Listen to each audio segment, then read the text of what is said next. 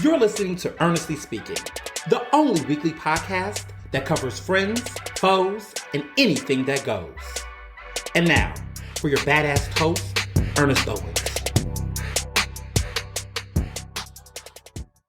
And we're back with another episode of Ernestly Speaking with your host, Ernest Owens, myself. It's August. It's a new month. And I'm doing this episode super early. Not super early, but a day early. And some people are like, wait, hold up. Isn't this episode supposed to come out like Monday? And for some people, they might be listening on Monday. But if you got it earlier, it's because I wanted to record this episode in particular a little earlier because of the fact that Vice President Kamala Harris will be announcing her VP pick on Monday, and I really wanted to put out my predictions and my thoughts, my final thoughts about V stakes or whatever they call it, V sweeps.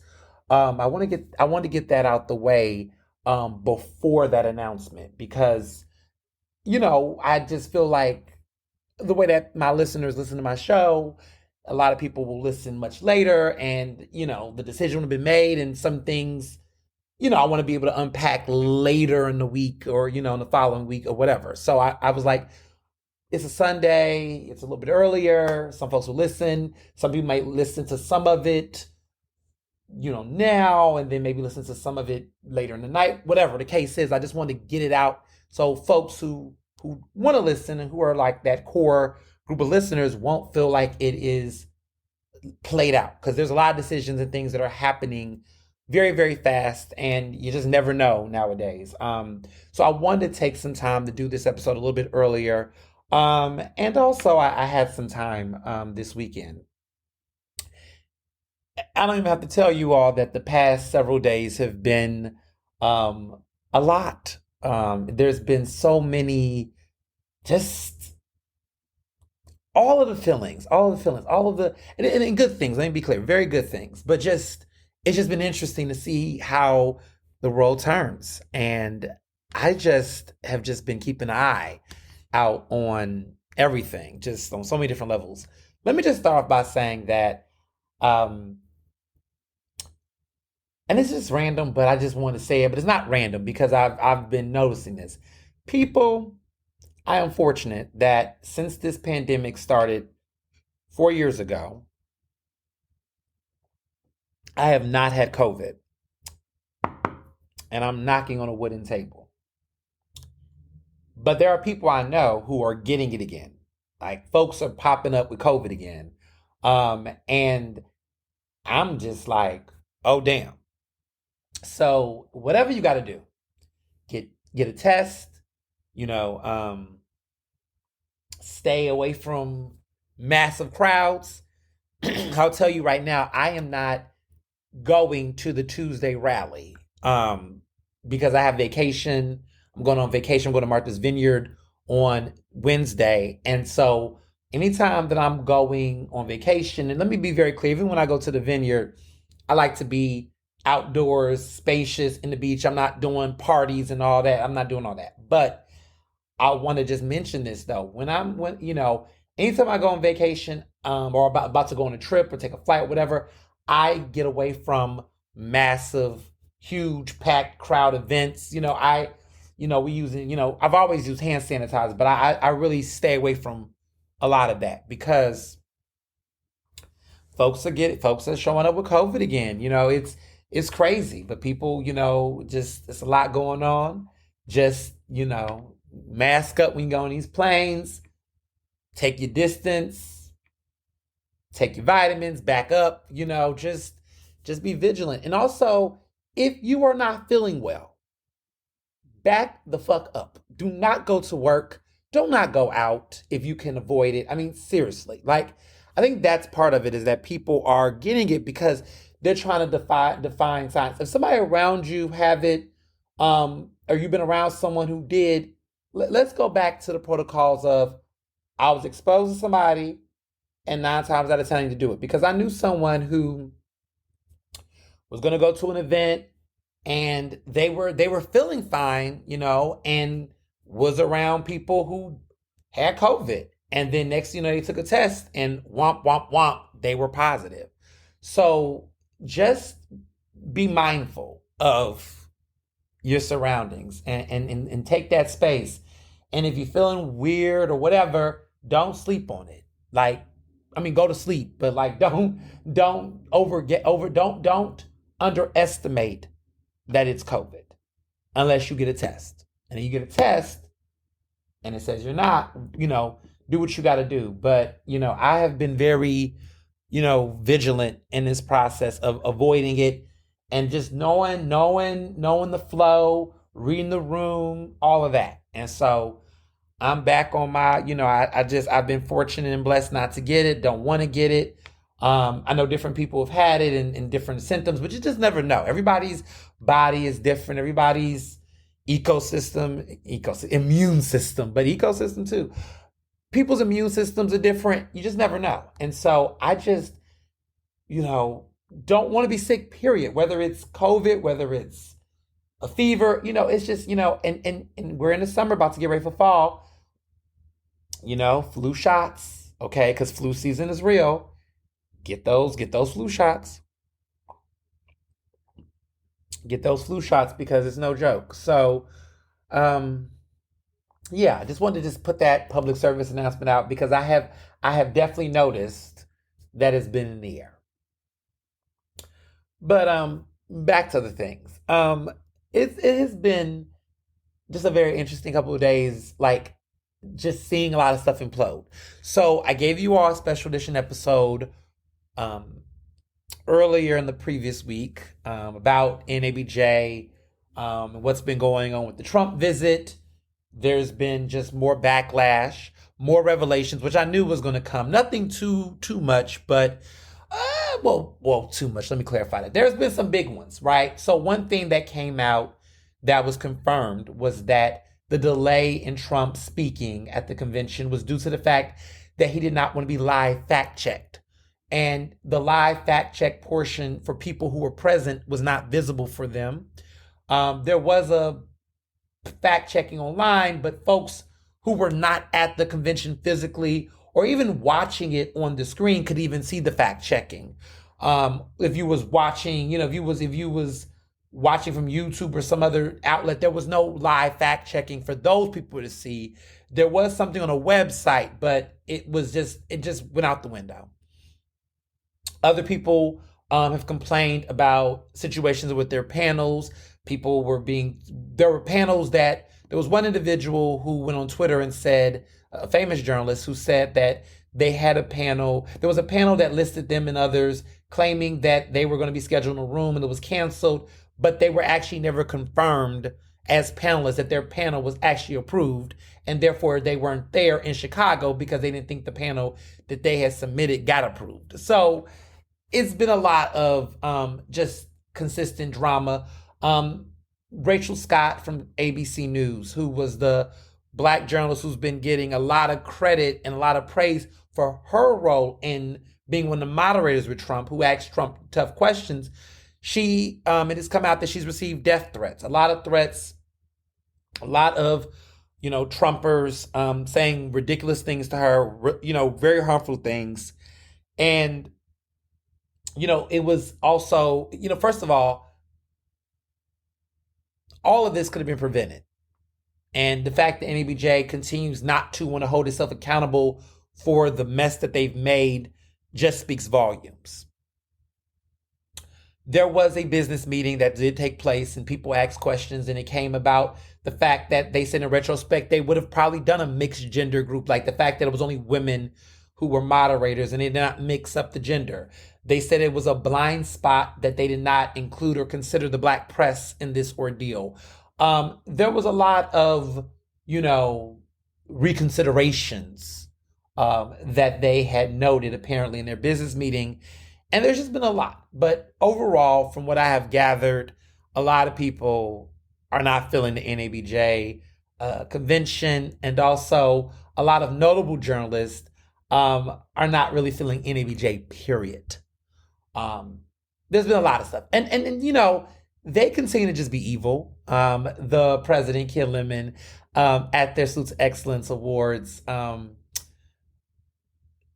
gave a President's Award to NABJ Philly, which you all know was the wannabe copycat replica chapter that they created when PABJ left them in 2022. So they decided, Ken Lemon, the president, decided that he wanted to give his President's Award not to a good servant who, like Tia, this woman named Tia Mitchell, who took a lot of, shots and daggers for them when she was the only one trying to be transparent to the best of her abilities in dialogue. No, they gave it to NABJ Philly, this chapter who, I guess, decided to do something. I don't know what they do, but it's a group. I mean, I would say it's the AARP of Black journalists in Philadelphia, given that they don't really have a young or even moderately young adult draw. This is a lot of people who are disgruntled. A lot of them are retired, respectfully. And their leader is in their 70s. And, we're talking about leadership and Biden. This person is very much old enough to be a grandparent of mine who was leading the organization. But that just shows you the culture of just the way that those Black journalism associations are. A lot of the leadership is individuals who really should be in a position to mentor and prepare new leaders. What I have seen in my journey, and I've talked about this before, is that one of the issues with a lot of journalism associations, but specifically these Black journalism groups, a lot of them want to kind of capitalize off of their glory days and positions of leadership where they can be paternalistic. And a lot of times it leads to I don't know how nice to say it, but they want to go back to the days where a lot of modern technology and progressive ideals did not exist. Only so they can feel relevant. And I always tell people that if you're the type of leader that is against progress, against new ideas, against embracing the future because you don't see yourself in it, or you don't feel like you can be the leader in it, then it's always going to be regressive. And you can see that in the people who promote and represent the organization. When I look at PABJ and the things that we do and what we celebrate, it's very much so investing in creating a pipeline for the future. Because, are we talking about growth? Are we talking about that? Let me be very clear. I have celebrated veterans in the industry. We do all of that. We do lifetime achievement awards. We honor, we celebrate people who have paved the way. I wouldn't be here without leaders who have done that. But at the same time, there has to be a marriage between the past, the present, and the future. And if you are leading organizations that consistently derail the pipeline to what's next, then you're never going to get there. You're always going to be going backwards.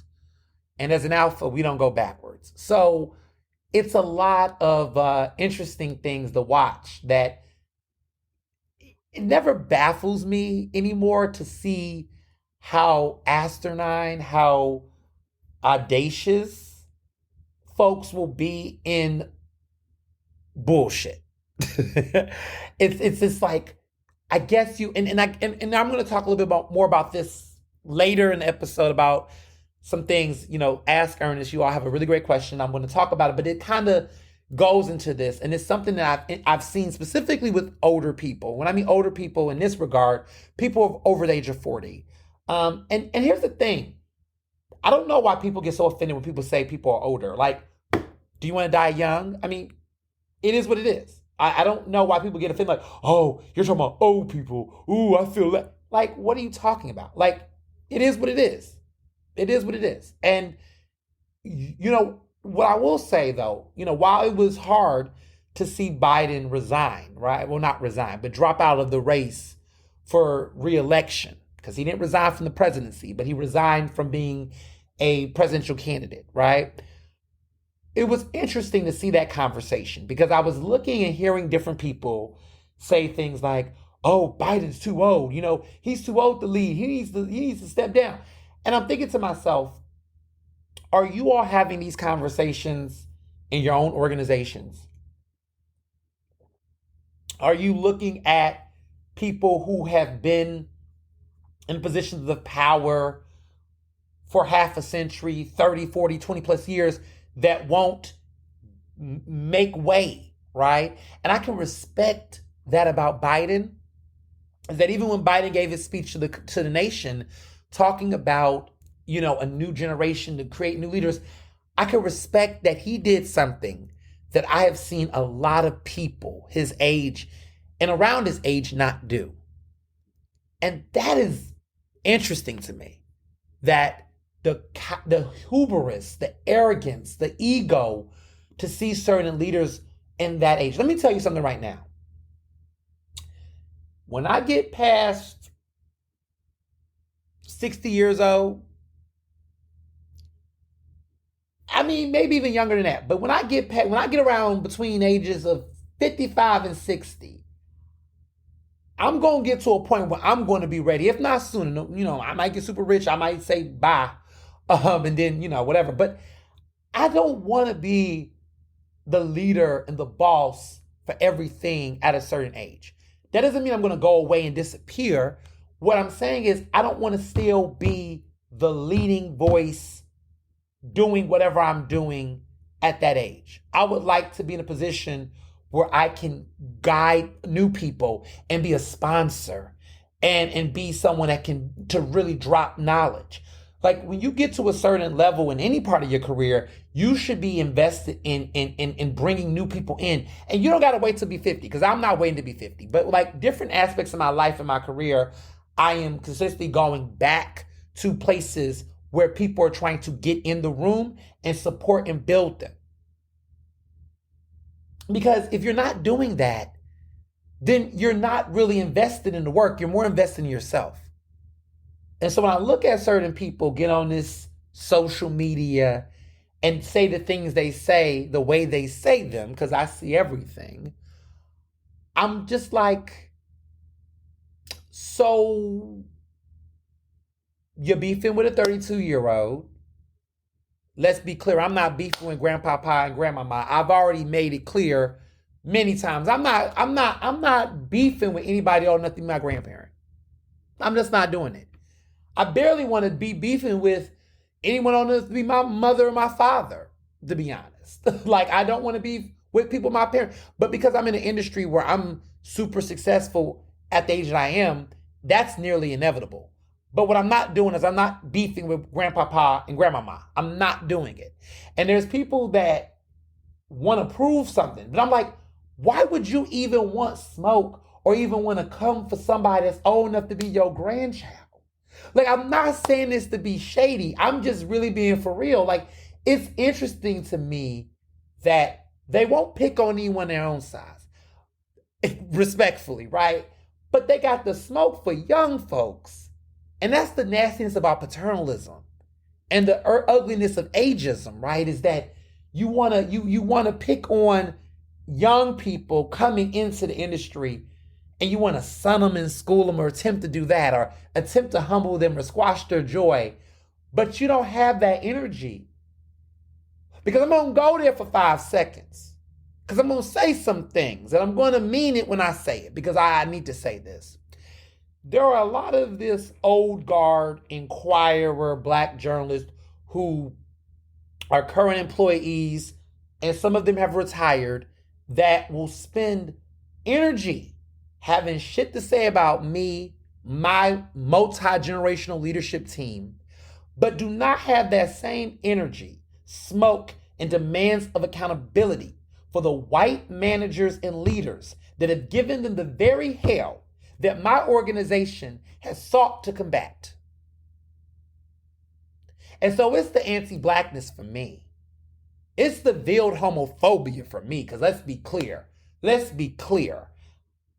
What I have done in my leadership to go against racism and discrimination on behalf of Black journalists in Philadelphia and the greater Philadelphia region is following off of the footsteps of giants who are no longer with us, that are Black leaders who spoke truth to power, stood on business, and called shit out.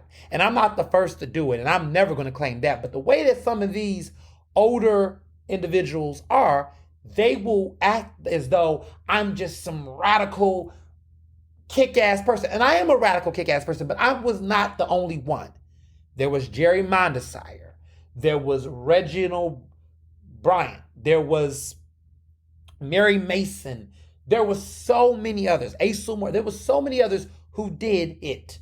And they were, some of them were, you think, people think I got a mouth. Oh, they were doing it differently. And it's funny because in the spirit of that kind of energy, things do not happen in a very coincidental way. That in the 50th year, someone like me, young, outspoken, progressive, speaks truth to power, fearless, is leading an organization like this in the middle of a time like this. This is divine intervention. This is manifest destiny for good. And to see this old guard fall into obscurity, trying to basically be on the wrong side of history on these issues, is baffling. To see the journalism institutions and associations affiliated with them, and to see them in this industry be on the wrong side of history right now. I mean, at this point, this guard, right, is even railing against their own members.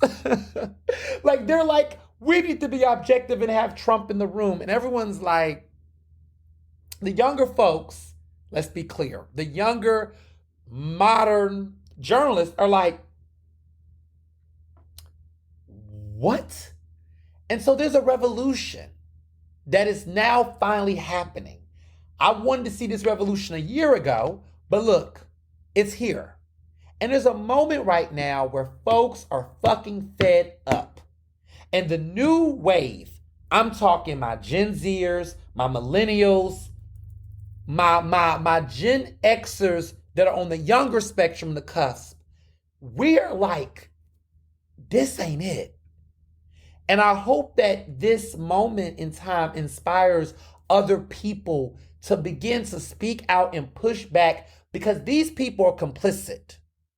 They're not trying to be better because they don't benefit in their minds from being better. Because being better means that they have to learn new things. They have to learn new technology. They have to be innovative and more progressive in their thinking. And they fear that because they fear what they think is competition.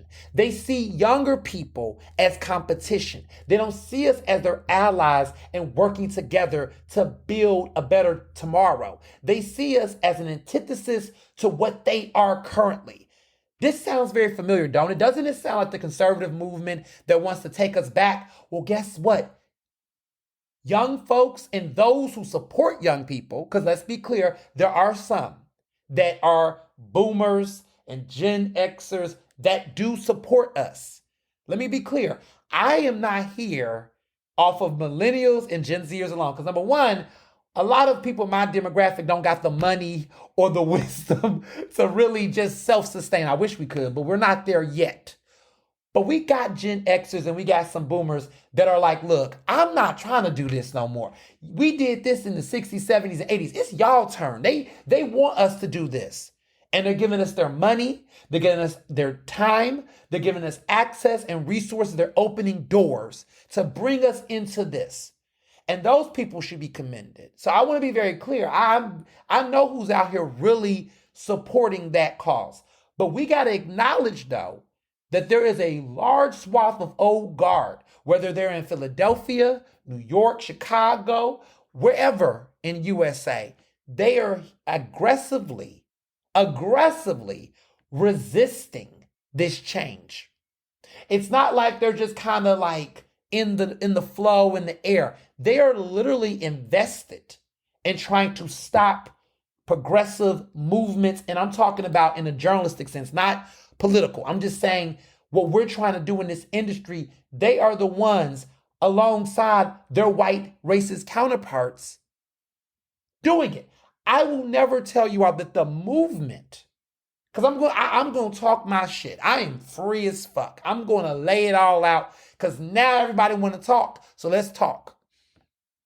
The reason why, because we've seen this with the Black Panther movement, we've seen this with various black movements historically. And we got to keep it real, black people. White people, this is the part where you need to be quiet because you all are the reason why all this shit be going on. White supremacy is the reason why we have the issues we have. But let's be clear.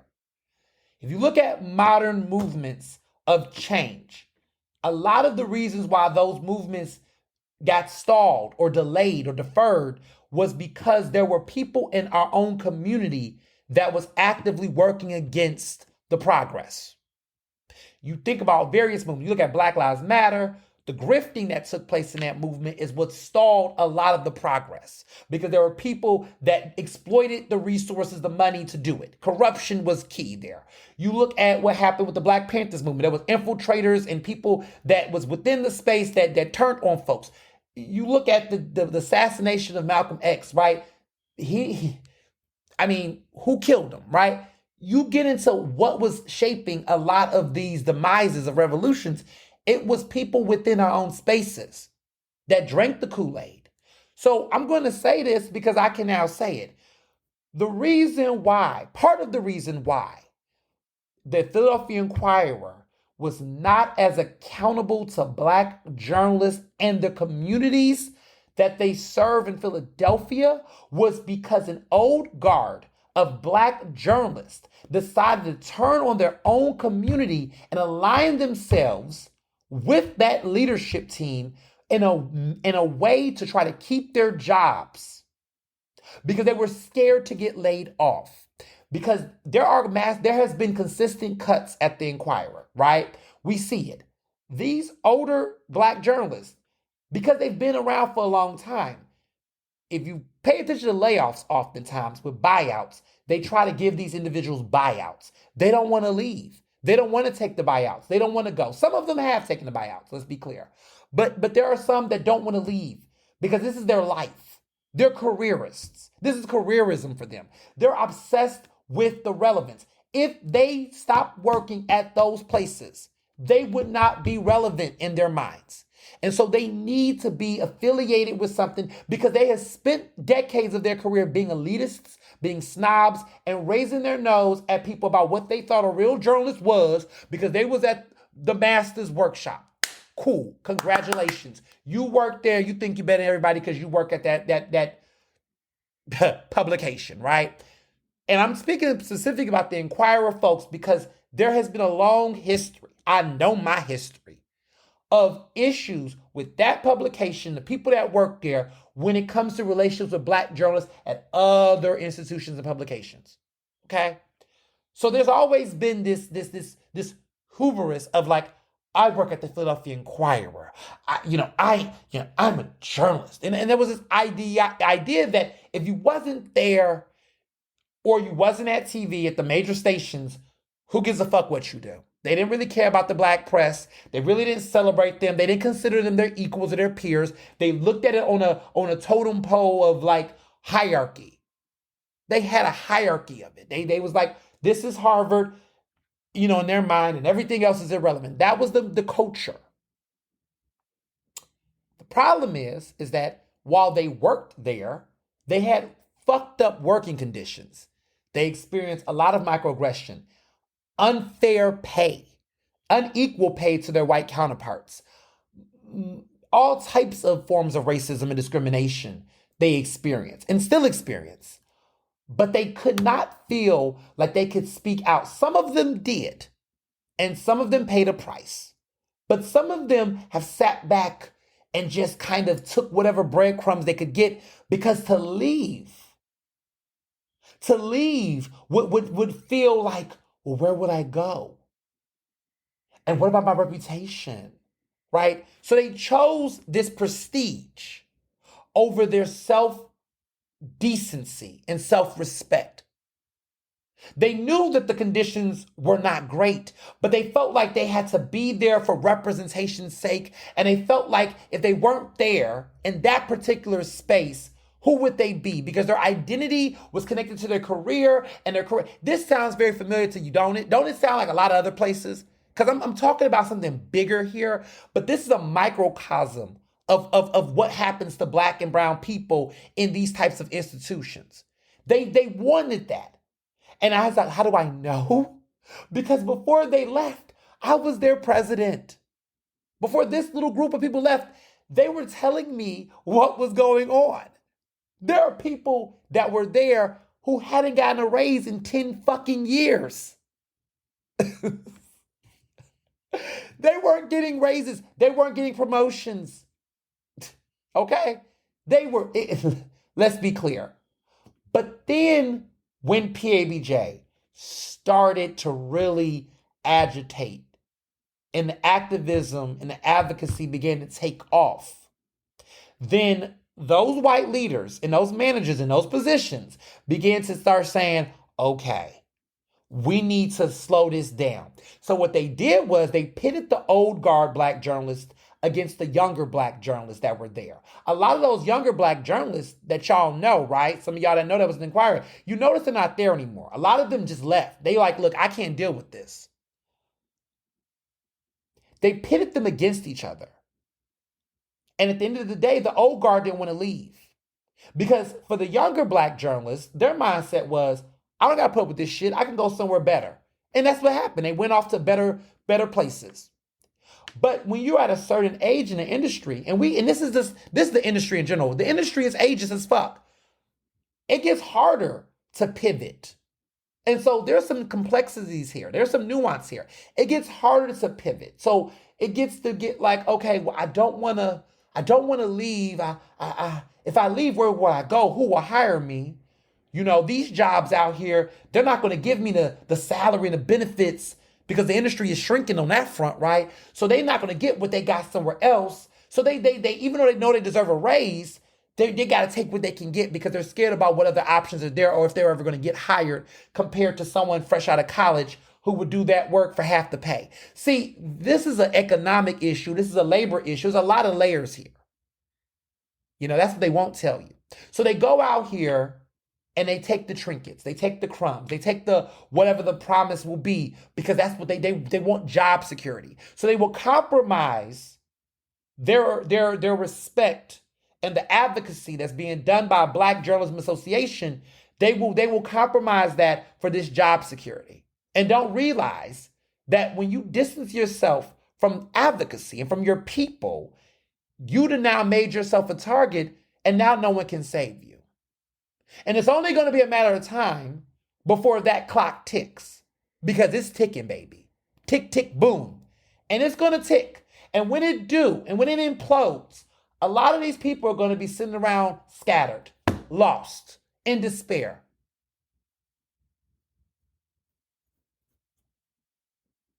I don't know what I'm going to have for them because they spent a year trying to assassinate my character, trying to defame me, slander me, and lie.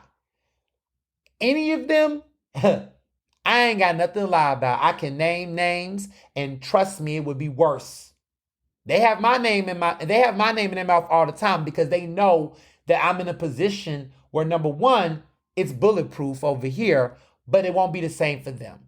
Like a wise poet once recently rapped, don't tell a lie on me and I won't tell the truth on you. Because I don't have to lie. The truth, the people, a lot of the faves, the people, listen. If I told my story about certain people, they wouldn't be able to thrive. They couldn't do it. Whatever they want to say about me, let's talk about it. Because see, that's the thing about storytelling, is that one thing about me, what I love, is that I do clap back. I do. I snap. I go off. But the fun part is, ask me why I did. And when you find out why I did, you go, oh shit, That's the part of the story that no one likes to tell. Everybody want to talk about what this person did and what they did, why they did it. Because when you find out why a person do something, then you realize, well, if it was me, I might have done the same thing, or I can understand why the person did it. See, I let them get away with some of it. But see, the truth of the matter is that when you're walking in purpose and you're walking in focus, the people that's talking, that's all they can do. I think that's always been my safety net in all of the bullshit, is that while folks have opinions left and right, I don't have the time and the energy to explain every single argument, every single lie, every single thing. Because if I did that, if I spent all my labor doing that, I couldn't get work done. So what I do is I tell people, watch what I do. And then they see what I do, and then they go, well, if this was this, how I was able to do that? Exactly. So that is what I have to keep in mind. And it's, trust me, it's taken a lot of personal growth, child, because if you was to talk to me 5 years ago, if I was dealing with some of the shit I'm dealing with now, you would have probably saw a Facebook post and I would have tagged all their names and I would have said, fuck you, you snake. I would have had a different type of conversation. I would have still been right, but I would have been so mean. And so I just have gotten better with just letting the trash take itself out, letting people just show themselves in their foolishness. And what's been fun is that I don't ever want to leave people in the dark. So if a person comes up to me and asks me straight up, hey, are you cool with so-and-so, so-and-so? I'm going to keep it 100. No. If I'm not cool with them, no. They say, oh, I know the show where you talk to Cherry Gregg. I absolutely do not. Oops. I don't. I mean, I ain't lie. I'm not cool with her. Listen, I'm not cool with her. I'm not cool with the leadership team at NABJ Philly. I'm not cool with Melanie Burney, Michael Days. I'm not cool with those people. Listen, I know what they say. They didn't put themselves out publicly throwing shots and throwing shade. I'm just responding. So people be like, well, why you had to say they there? No. They threw their shots. They put their stuff out. They threw their shots. So I'm going to respond. But I'm not going to do all the most. Because see, if I do it, when I do it, you know how it is. See, when I do it, it's the worst thing in the world. Oh my God. Because I got too many followers. I got too many supporters. So because I got the city behind me, I got people behind me, I can't do, I'm not supposed to say anything. Nah, I'm a person. You ain't gonna keep talking shit about me and don't think I'm not gonna say something about it. I may not be able to do it the way you do it, but all I'm saying is I'm gonna let people know if people come up to me and ask me. Because the funny part about the middle folks, and I know the middle folks, the folks playing both sides. Let me tell you something about the people that's playing both sides. The people that play both sides in any situation. I used to be annoyed with people that play both sides until I learned how to play the people that play on both sides. Here's how I do it. Anybody who is playing neutral or Switzerland or all that shit, let me tell you how I deal with those people. I don't cut them off. I don't throw them in the trash because I do enjoy the tea and the tea with them. How I play them is I tell them whatever the fuck I want to get told to the other side. See, that's how you play with the middle person. You tell them all the things that you want to get communicated to the other side in the event that it do. Or you just don't talk to them. Or you give them your ass tickets. I mean, the options are numerous. I don't always engage. But I also make it being clear to them that if you thought you was going to get in the rooms that I am in, oh, you're not going to get that either. You're not going to get that access. Because people like to play to both sides, but they still want to be close. No. You're never going to be close. You're going to be around, but you're never going to be close. And I'm talking about people that play both sides on a neutral level. Because if you do some snake shit and you being messy and you lying, oh, you get cut. Because at that point, you pick the side. But there are some people, legitimately, that do like to play both sides. They like to be cool over here and then come over here. My whole thing is, on my end of it, I could care less because I feel like at the end of the day, those people just are sticking around. But what gets me the most is that the people that play in the middle, some of them catch feelings, right? They go, oh, you don't really invite me to stuff. Child, no, because I'm only with Team Ernest and Team Ernest only. I'm only rocking with Team PBJ and PBJ only. So if you over there playing both sides, I mean, hi, but you're not gonna get a what's up dog, a handshake, and you ain't gonna get that. Pick a side and stay there. Like, that's where I'm at with it. And so for the people, I mean, people they expect, nah, I'm just being real. I'm just being real. People that pick a side either way, it's cool. I like the clarity. I like the clarity. I like the clarity. Tell me who you are. Reveal yourself. The people that's in the middle, it's like you're not making no inroads with anybody, because the other side of the team is going to look at you kind of weird, and my ass going to look at you kind of weird. And people be like, oh, you don't talk to me as often. Why the fuck would I talk to you as often? What you going to do? Not a goddamn thing. You ain't going to make anything better. I think sometimes you got to let people know that, like, what's the point? What's the point? I need to talk to allies. I need to talk to people, comrades. You neither. You just in the middle. And I don't want to shoot the person in the middle. I don't want to be pushing the person out. I don't do that. But at the same time, I'm not necessarily going to be giddly. So I was in a recent room. This person knows what I'm talking about. I'm going to spill some tea, but I'm not going to name names. But this person listens to this podcast on a regular basis. I'm not going to get descriptive about the nature of it, but they're going to know exactly what I'm talking about. So this week I went to Lock Bar for dinner. I was catching up with a group of people I'm doing some work with. There was in the room a good friend of mine who brought me into the fold for this special endeavor, and more will come in the weeks to follow. But I'm a part of something really exciting and really cool, and also kind of unique in its own way, because we'll talk about that later. Not on this episode. I'll get to that. But this person brought me into the fold. I was there with another good friend of mine. They know who they are because they listen to this podcast as well. So we was there at the dinner. And, it was a mix of everything that was going on. And let me just start by talking about Lock Bar real quick.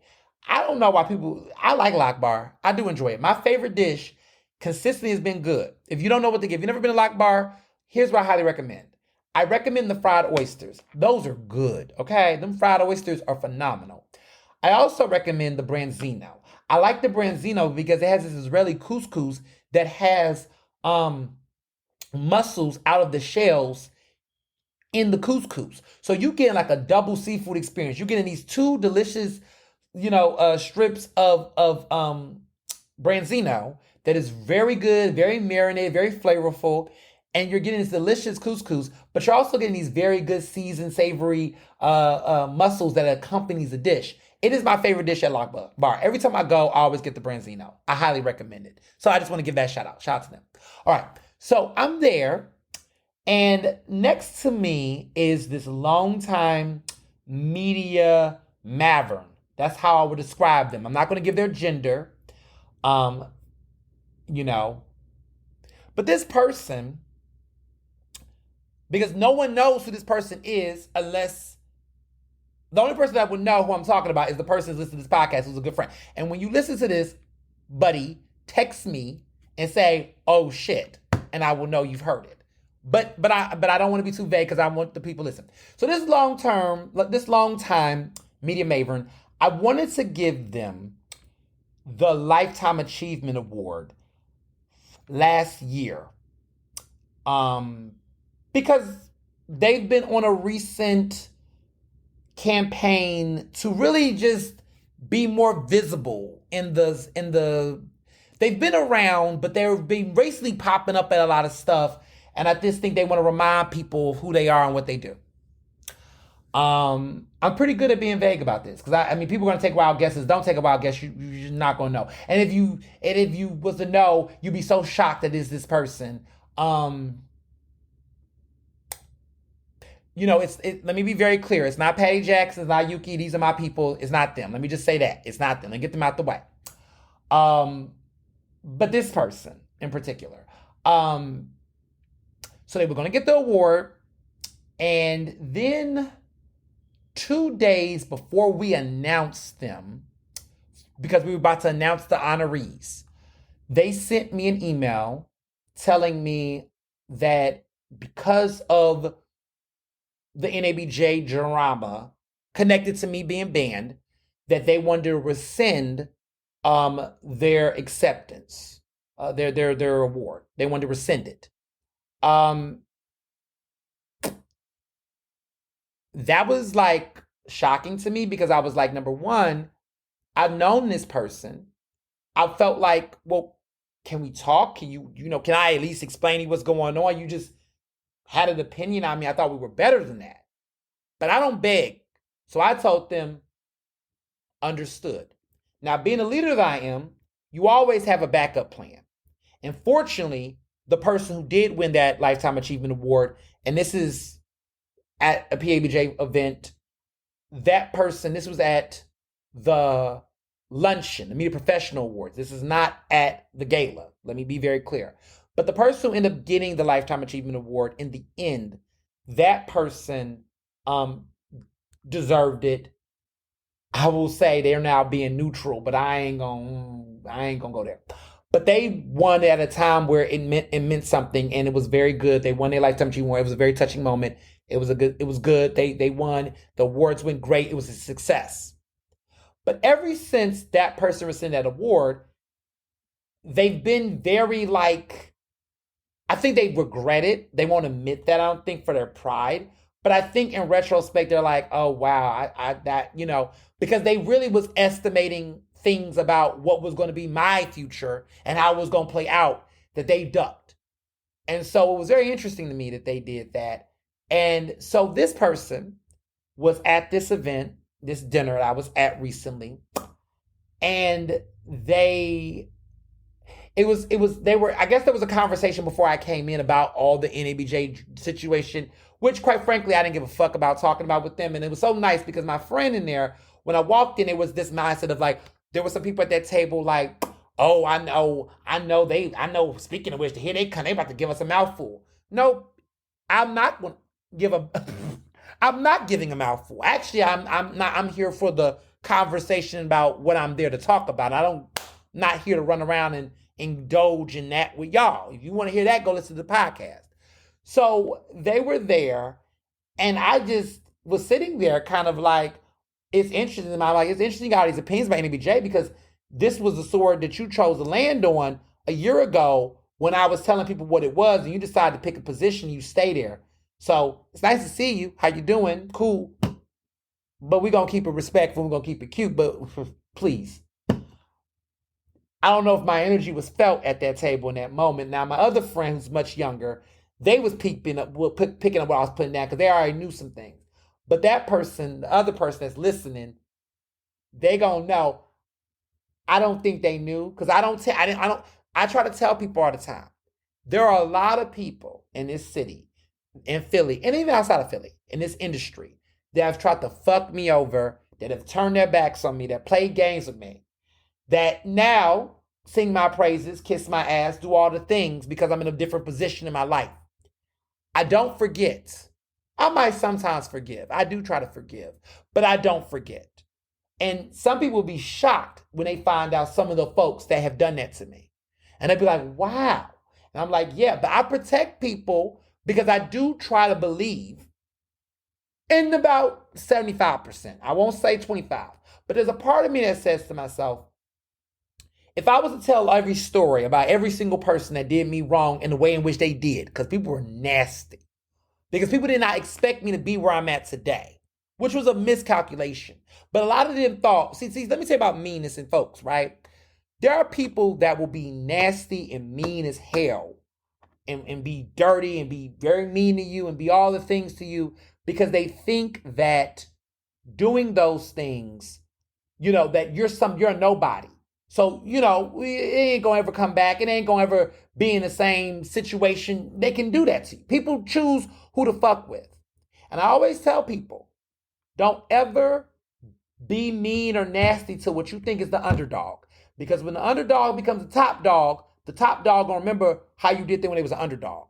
And I always tell people, be nice to everybody because you never know where they're going to land. I'm always going to be nice to people who I don't know, who don't do anything to me or pass judgment, because I remember where I was when I was at a certain stage in my career, in my life. And so I just knew how people did me. So every time I meet a new person, I just always just be chill. You basically, unless you do me dirty personally, I don't give a fuck about all the shit in the streets and the gossip, because because I know how it feels.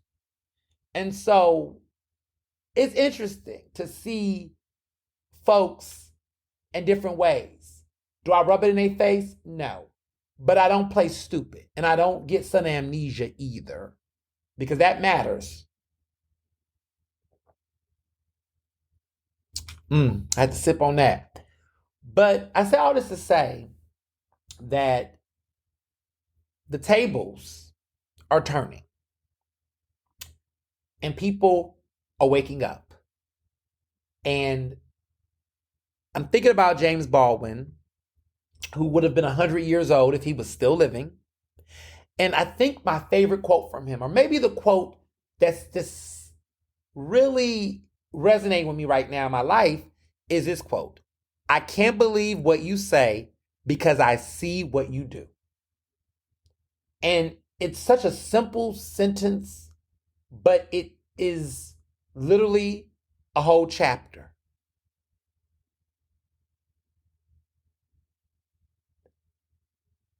It means so much, those words.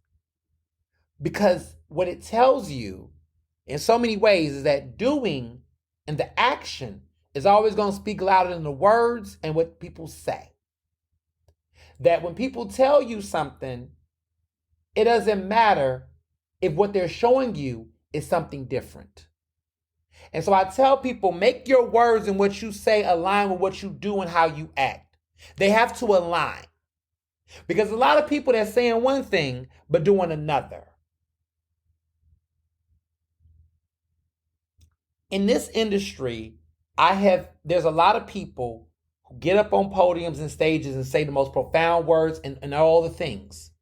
But when you look at how they live their lives, how they treat people, what they actually do or don't do, that tells you more about them than anything else. A lot of people will tell me, you need to connect with this person. You need to do this. You need to do that. You need to connect with this person.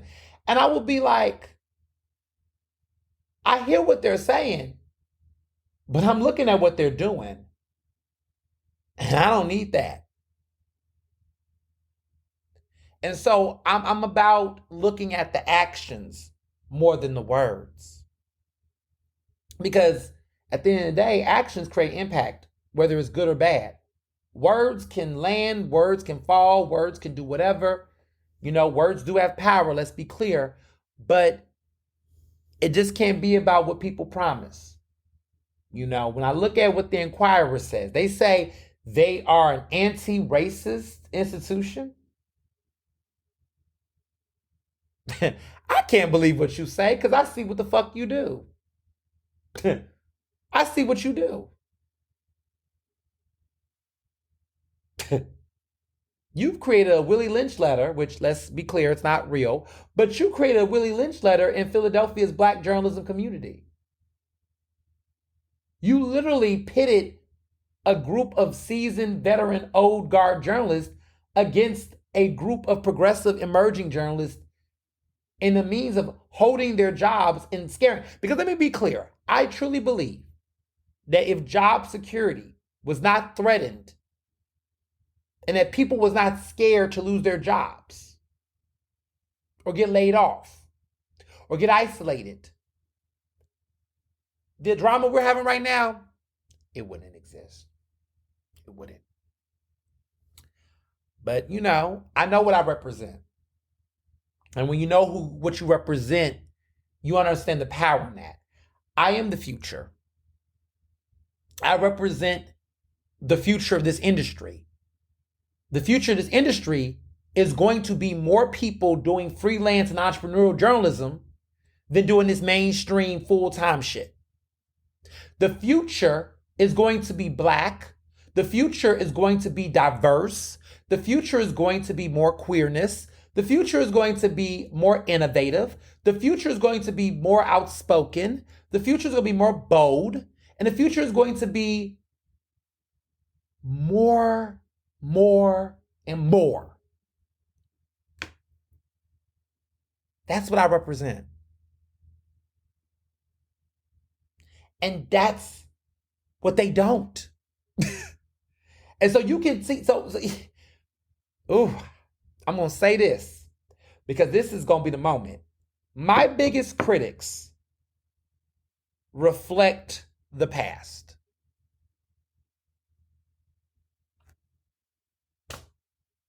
That's the commonality of my biggest critics. The majority of people that are critics of me represent the past in some shape or form. They either are working at a legacy company, they're either with the political old guard, they're somebody that's much older and seasoned, and also somebody who don't understand where we are today. There's somebody that represents the past in some capacity. A time where people like me were not visible or did not exist or did not do the things that I do. They represent the past. My biggest critics are the past. And I'm okay with that. I'm okay with the fact that I'm fighting against the past. And when you think about history and great folks in history, people we looked up to, movements, their biggest enemies was the past.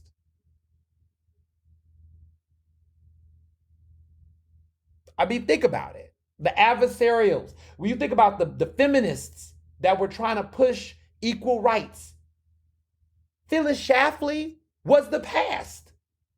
She was the past. Phyllis Schlafly, who was a woman who hated other women, represented the past. When you look at MLK and you look at George Wallace represented the past.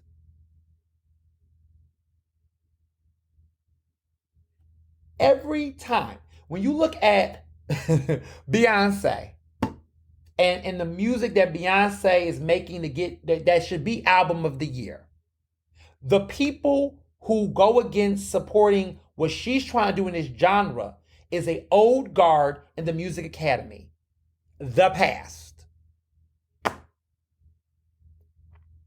When you look at PABJ and what we're doing and where we're trying to go, the people who are against that, the past. And so when people ask me, what do I feel? How do I feel? I don't feel the need to explain or educate myself with people who are so committed to mediocrity, but also committed to the past.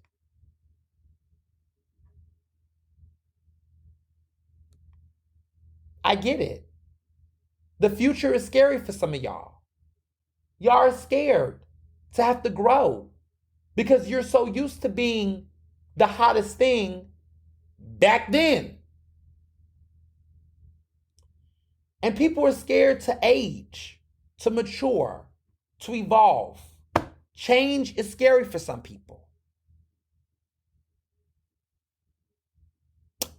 But you can only be afraid of change if you're in a position in your life where you don't have a plan for the future. And so I say all this to say, baby, I'm not the reason. I'm not the reason why you haven't made it from point A to point B.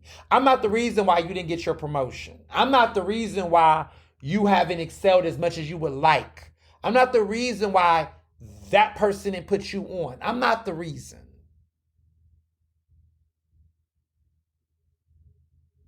And I think that's what we all got to tell people in our own respective spaces, right? A lot of us in our respective industries are dealing with these changes and dealing with these clashes, and we don't know how to communicate this. But you got to tell people I'm not the reason. Because you can put me away, but your problems are still going to exist. The NABJ banned me, right? I'm out, right? But that didn't stop the problems. It didn't stop the problems. They still got the shit they got. I'm not the reason. But I could be the reflection. All right. So other things I had going on, Lock Bar, of course, I told you the Branzina was great. This weekend, I was at my Alpha retreat for my chapter, the Mighty Road chapter, the 16th Historic House of Alpha. We had a great time. It was great to be with my brothers. It was great to just pop out and show folks. I know some of y'all saw my cool shirt, my they not like us tee. I mean, I can wear the tee. I do like the message because they're not like us. Kappas, Omegas, Sigmas, what's the other one? Iotas. They're not like us. They're not. And so it was just great to connect with them and bond. I had a good time. I had a good time catching up with one of my favorite Ernests in the world. His name is also Ernest. He is a mentor to me in the fraternity. He had his birthday, his 57th birthday at Philadelphia Distilling, which is both of our favorite places. And we knew each other before I actually was an Alpha. And so it was funny because like when I was going through the process and everything, he was there for me. He was a support. And we had a good old time at Philadelphia Distilling. These summer cocktails, they have a cocktail funny called the News and Gossip. And that cocktail is so good. They also got a new one called the Leaves or something. It's a summer cocktail. That one was really good. But it was a good old time. They got a nice menu. They have new things in the menu. They have a salmon BLT. And that, oh my goodness, that sandwich was fire. That was a sandwich right there. That salmon BLT was so good. What else? Cookouts. Love a good cookout. This weekend was full of cookouts. My lawyer had a cookout. You know, I love a good old cookout. You know, I got to get out there. Cookout season is in full effect. And then getting ready for Martha's Vineyard, you know, is next week. Next Wednesday, I'll be at the Vineyard. You know, I did this on purpose because, you know, traveling just worked in my favor. This Vice President Kamala Harris announcement of her VP pick is going to be at the Leo Corus Center at Temple University on Tuesday. It's going to be the big event, even though she's announcing on Monday. To be honest, like I said, I'm not going to be there. I'm actually going to be with my good Judy, Dr. Parks. We're going to go see Mamma Mia. I can't wait. I went viral making a joke about Mamma Mia. Shout out to those who know Broadway musicals. And the ones who don't, just, you know, open your palette. Your palette. I want y'all to know your Broadway musicals are important. Okay? I get plays. Plays are hard to follow. Some of the plays, the classics, but there are classic Broadway musicals. Mamma Mia, Wicked, Chicago, Phantom of the Opera, Les Miserables, A Chorus Line, The Lion King, Gypsy, Lady Saigon. Lots of great, iconic musicals. Oh, that's right, Cats. Can't forget Cats. But there's so many. Oh, and Hamilton. Hamilton. But there's so many great Broadway musicals. And yes, Mamma Mia is important. So Dr. Parks and I are going to go check it out. We're going to go out and hang, making plans, and we're going to enjoy this great show. So I'm going to the Vineyard on Wednesday. I posted something on Facebook that got the girls in the tiffy. Pretty much I said, if you live in Philadelphia and you don't hang out with me or on a regular basis, please maintain consistency on the island. Now, people was like, maintain consistency. Keep that same energy. You know, last year I went for the first time and I talked about it on my podcast. It was a great time. I talked about the nuances of that trip and what all the things. But overall, I did enjoy it. And I clearly wouldn't be going back if I didn't like it the first time. So I look forward to it. This time I'm going to be on Oak Bluffs. I got a beach house. It's going to be a good old time. I'm going to hang out with my good girl, Lauren. We're going to have a good time. I'm going to catch up with some people, see my fellow Black USC Trojans, because Black Trojans on the Vineyard is happening. We're super excited about it. But I'm going to be going to a couple parties, and I got some, you know, nice invitations and things. I'm telling you right now, last year, folks that you would never imagine was like, oh my goodness, what's up? Where you at? Hey, friend. Hey, da da da da. I don't care if you in the same city as me. You give me your ass a kiss down the street. I ain't telling. I'm good. I'm at this point in my life where I'm okay with not liking people out loud. I'm not saying you got to tell people that you don't like them out loud. I'm just saying that I'm past the point of just the pleasantries and the fakeness. You can just tell people straight up, no, I just didn't do it. Somebody the other day was like, oh, you had a party at this event, you didn't invite me. Oh, I guess I didn't. Like, what do you want me to say? You stop right there, buddy. Let's just stop right there. Don't go any further. Just stop right there, buddy. Okay? Stop there, sport, as some of my friends say. But I just stop people in their tracks. I just don't even engage. And so, like, I don't know. The audacity of people is wild. But I think sometimes what it is that people just think they can just kind of, because people want to be in the room. People want to be seen.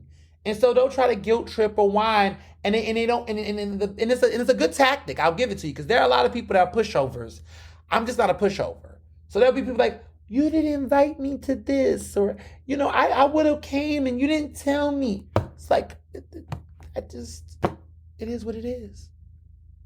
It is what it is. Stop taking shit personal. Sometimes it's just not the top of my mind. And there's nothing wrong with that. Sometimes it just needs to be what it be. There was a time where, years ago, I don't have this problem with the white friends I have now. My white friends that I have now, clearly they get it, because they don't give me any, they chill. But there was a time where I had white friends many years ago. I still have white friends now, but they cool. But there was a time where, there were certain events I had that was affirming spaces for certain communities, diversity events that was specifically focused on particular demographics and communities and spaces. And there was a period where there was groups, and there's still these conversations that's had where folks say, listen, we want to have a space for us. And us, just whatever that could be. That could be queer space, that could be a black space, that could be a space for women, but there's spaces where certain demographics want to have a space for them, So when I see women's groups, I have friends, of course I have a lot of women friends that they'll have their little, sisterly circles and gatherings. I don't go, well, I'm an advocate for women. Why can't I come? I just want to support you, friend. They need to be together. Let the women get together and do their thing. I'm never against that. I know. I get it. I have friends who are, I have, different friends. Listen, I'm Greek, right? And so now that I'm an alpha, I have events that, look, they just want to be alphas. They just want the guys to be together, the brothers to be together. And some of my friends, not the lit brothers, let me be clear, but some of my other friends on the side, they be like, oh, I would have came to that. I'm like, yeah, but this is what we want to do. And I think sometimes people feel ways, but it's just like you got to recognize listen, I think, I ain't going to go there. Well, I would just say that I am a friend that I feel like I'm a very sharing friend. I share a lot, and I don't have no regrets about sharing. Okay, let me just say that. If I give, I give. It's mine. If it's mine, it's yours. When I give it to you. I don't do. I'm that kind of friend. But that being said, I've learned in the past couple years that it's okay to carve out relationships and things for friends. When I had the Lit Brothers, there were folks that were not friends. Let me be very clear. These are associates. There was like, oh, I see you guys go. I want to go out with y'all. Look, Sex in the City. I always think about Samantha, Miranda, all of them. And I wonder if they on the show, I didn't watch all of Sex in the City, but I'm just being hypothetical. But I wonder if they were looking at each other being like, if there were some of their homegirls or homeboys or whatever that was looking at them and being like, I see the four of you all go out for coffee and lunch and dinner and happy hour. Why can I come? Because those girls are Sex in the City. They are Sex in the City. They didn't say Sex in the City with another girl or another dude. It's them. And let them do them. And when they hit you up and bring you to other things, do that. But understand that people like to have what they have. And so I've become less apologetic. Sometimes I just want to hang out with my black friends. Sometimes black folks just want to have their thing because there's certain stuff we want to say and do, and we don't want to explain it. Sometimes I just want to be with the Lit Brothers because we black queer men and we want to talk about some black queer shit and we don't got time for other folks to be around being like, Not that people will judge. It's just that we want to have our comfort. And so you gotta let people have affirming spaces however they have it and stop being so fucking taking it personal. And I just have found that in the past, former white friends I have, just always found themselves in situations where they just centered themselves in ways that I was just like, you being weird. You're weird. Like weirdness. Like I had this one person. Yeah, we definitely don't talk. That we definitely don't talk anymore. I'm remembering why I stopped talking to them. It was bad.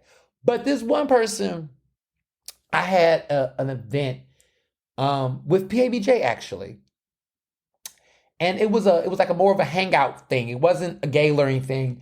And they were just like, you know, I feel like you're ashamed to bring me out to certain things. I was like, what? What are you talking about? I was like very confused. I was like, what? Well, I just noticed that when you're at certain events, I see you with certain friends, and I wonder why you don't invite me to those things. And I said, well, can you specify? Because you know I want people to be specific. Well, PABJ events. Oh, the Philadelphia Association of Black Journalists. That black event. Oh, okay. So when I'm with other black folks, do tell. Oh, well, you know me. I'm not like, I hang out with everyone, blah, blah, blah, blah. And I just had to be like, oh, God. And so then I had to explain to them, which I stopped being an educator. Like, I don't want to educate. I had to explain to them why the whole understanding of affirming like spaces that sometimes it's just we just want to do our thing and process things. And a normal person will engage rightfully, but sometimes we just don't want to be engaged by other people about experiences that we share collectively and culturally. You know what I'm saying? Like it just is what it is. And they were Jewish. And I told them, I was like, when you have your Jewish events with people in your circle and y'all do different things and y'all celebrate certain customs or y'all just do certain things that's just in your group, right? In your culture, it would be odd for me to come. Now, could I come? Would you? Probably you want me to, but I wouldn't even understand some of the things, and it may not be a space for me to be there to learn it because it's not about me in that moment. I'm taking up space. And I had to basically tell them that they would be taking up space. They didn't take that too well. But that also told me a lot about them, though, because it's like, if you're still centering yourself, then you are taking space. And if you're taking it too personal, get out your whiteness. Because you're supposed to be better than that.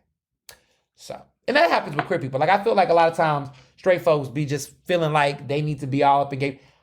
We are not your entertainment. And we're not your therapy. And we're not your relief. We're just people. And sometimes we just want to be to ourselves. Goodness, we can't even have Woodies. I mean, I don't like Woodies. I don't go to Woodies. But y'all done took over the gayborhood, child. I mean, the gayborhood took over itself, let's be clear. The black gays wasn't having a good time anyway. But I just look at some of the space, I'm like, damn, we can't have shit.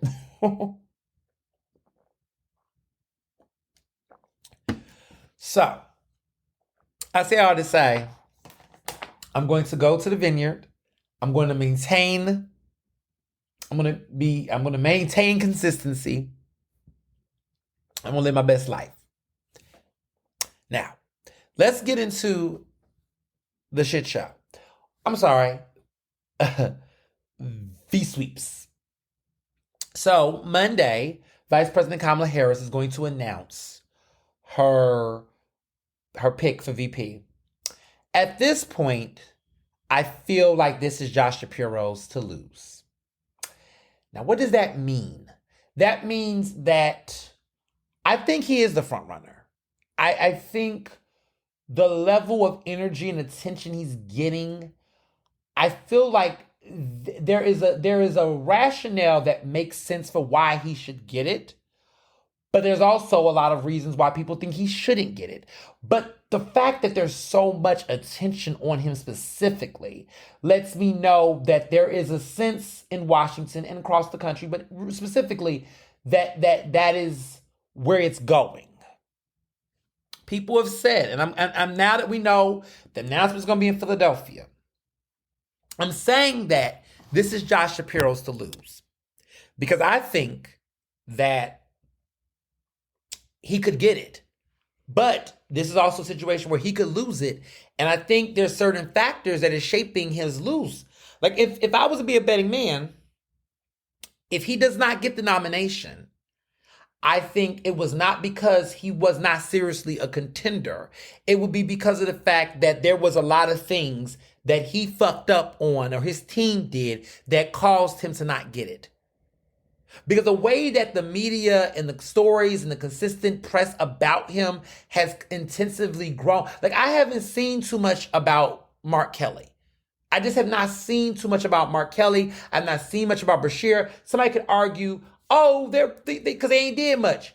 Yeah. There's always something. You don't get into the U.S. Senate. You don't get to these seats without bumping heads. Somebody's got a story. Okay, these are white men in power. People got a story. I mean, just let's be real. Like even Doug, the second gentleman of the United States, Kamala's husband. The story came out this week about how he had an affair with the babysitter. I think a tabloid ran it, and this is in his first marriage, not while he was married to Kamala, VP Harris. And he admitted to it. It was, he had an affair. He had a divorce. It was what it was. It was not good. All right, Doug. But it seems like him and Kamala's been married for many years. Seems like their marriage is good. Seems like they're doing fine. Okay. What are we supposed to do with that, media? Like, what are we supposed to do with that information? We supposed to just what? What does that mean? When you got a man who's currently running for... Listen... I ain't got to tell you about what the fuck is wrong with Trump. But I'm just trying to figure out why are we holding a moral... Why Doug having an affair in a previous marriage is supposed to be relevant about what his wife is currently doing running for president of the United States. I'm just trying to figure out why the fuck do we care? That's just so like... Because even with like Hunter Biden, I just am over this. Like the fact that people try to equivocate Hunter Biden being convicted on what a couple of counts that was not like massively ridiculous, right? Like Hunter Biden had his conviction and they were trying to put down the same pedestal of Donald Trump being convicted. Like what are we doing here, people? So yeah, anyway, but there's always a story. And so it just seems like there's been a lot of dogpiling on Josh Shapiro. And I'm not saying whether that's good or bad. You already know my concerns I've had with Shapiro. And it just seems to be more things. I mean, Fetterman has come out against him, basically noting the fact that, Shapiro is playing politics. Like there was a talk about the clemency. So I don't know if y'all remember, I did a special edition episode on my podcast. I want to say maybe 2 years ago, where I interviewed these two black brothers who Senator Fetterman, at the time, he wasn't the senator. He was running for Senate. But these two black men who got granted clemency thanks to the advocacy work of Fetterman helping to free these innocent black men. Well, apparently the first time they were up for clemency, Shapiro was in that group. It was 5 votes. There was a 3-5 split. Shapiro was the person who said no the first time. And Fetterman was very pissed off about that. And there was speculation that Fetterman was thinking about running for governor. And because of that, it appeared that Shapiro, the next time, switched the vote. And so then it went in favor of helping these men get clemency. But it was arguable that Shapiro made a political move to do it. because the argument he made was he needed to see more court documents or some stuff. But apparently he pivoted on that decision, and then his spokesperson, because he was the attorney general at the time, he was the AG, he then made a pivot. So it's very clear that Shapiro's a very politically calculated man. But a lot of these men are. I mean, there's just no way that you can move up without being politically calculated.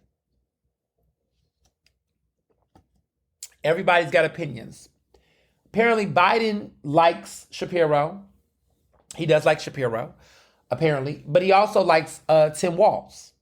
There's been this interesting Tim Walz push from Congress. Apparently, Nancy Pelosi really wants Tim Walz. There seems to be a Tim Walz momentum. Now, personally, I like Tim Walz.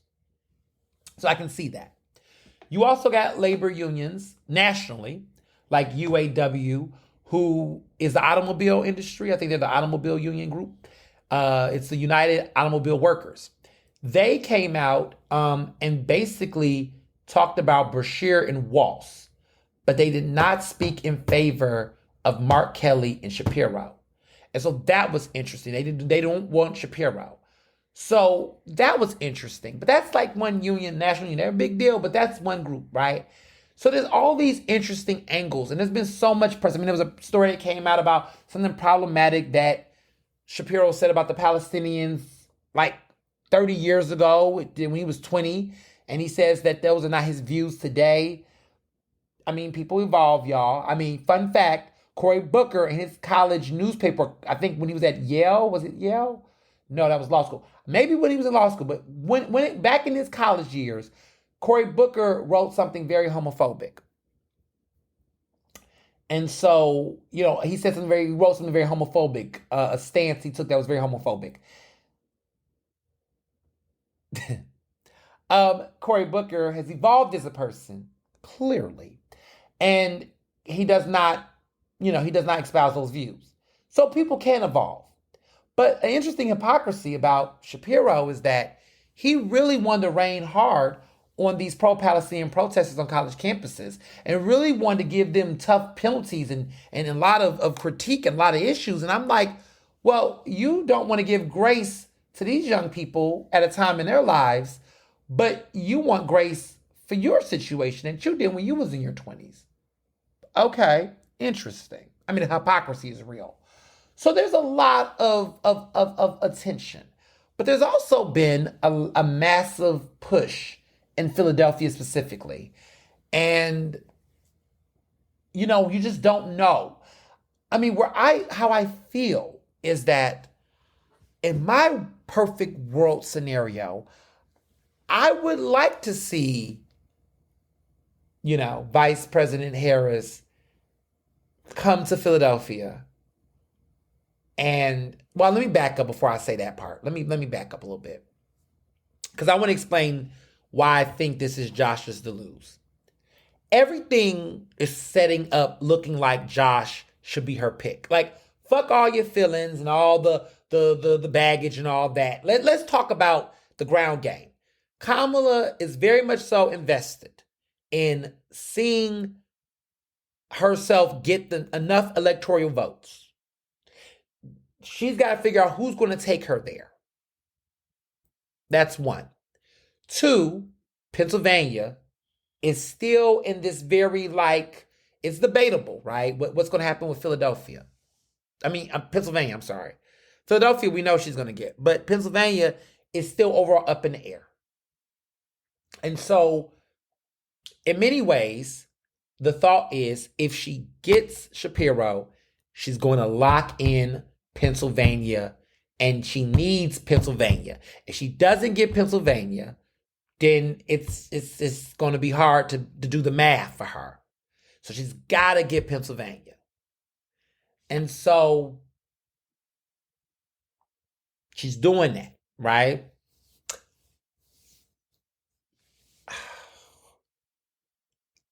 He could debate J.D. Vance. If there was a debate, I think, you know, he's better than J.D. You know, he's better than J.D. Vance. He could eat J.D. Vance up. I could see that. He will help her get a lot of money. He will help her with her fundraising. He's got a lot of money, got a lot of connections.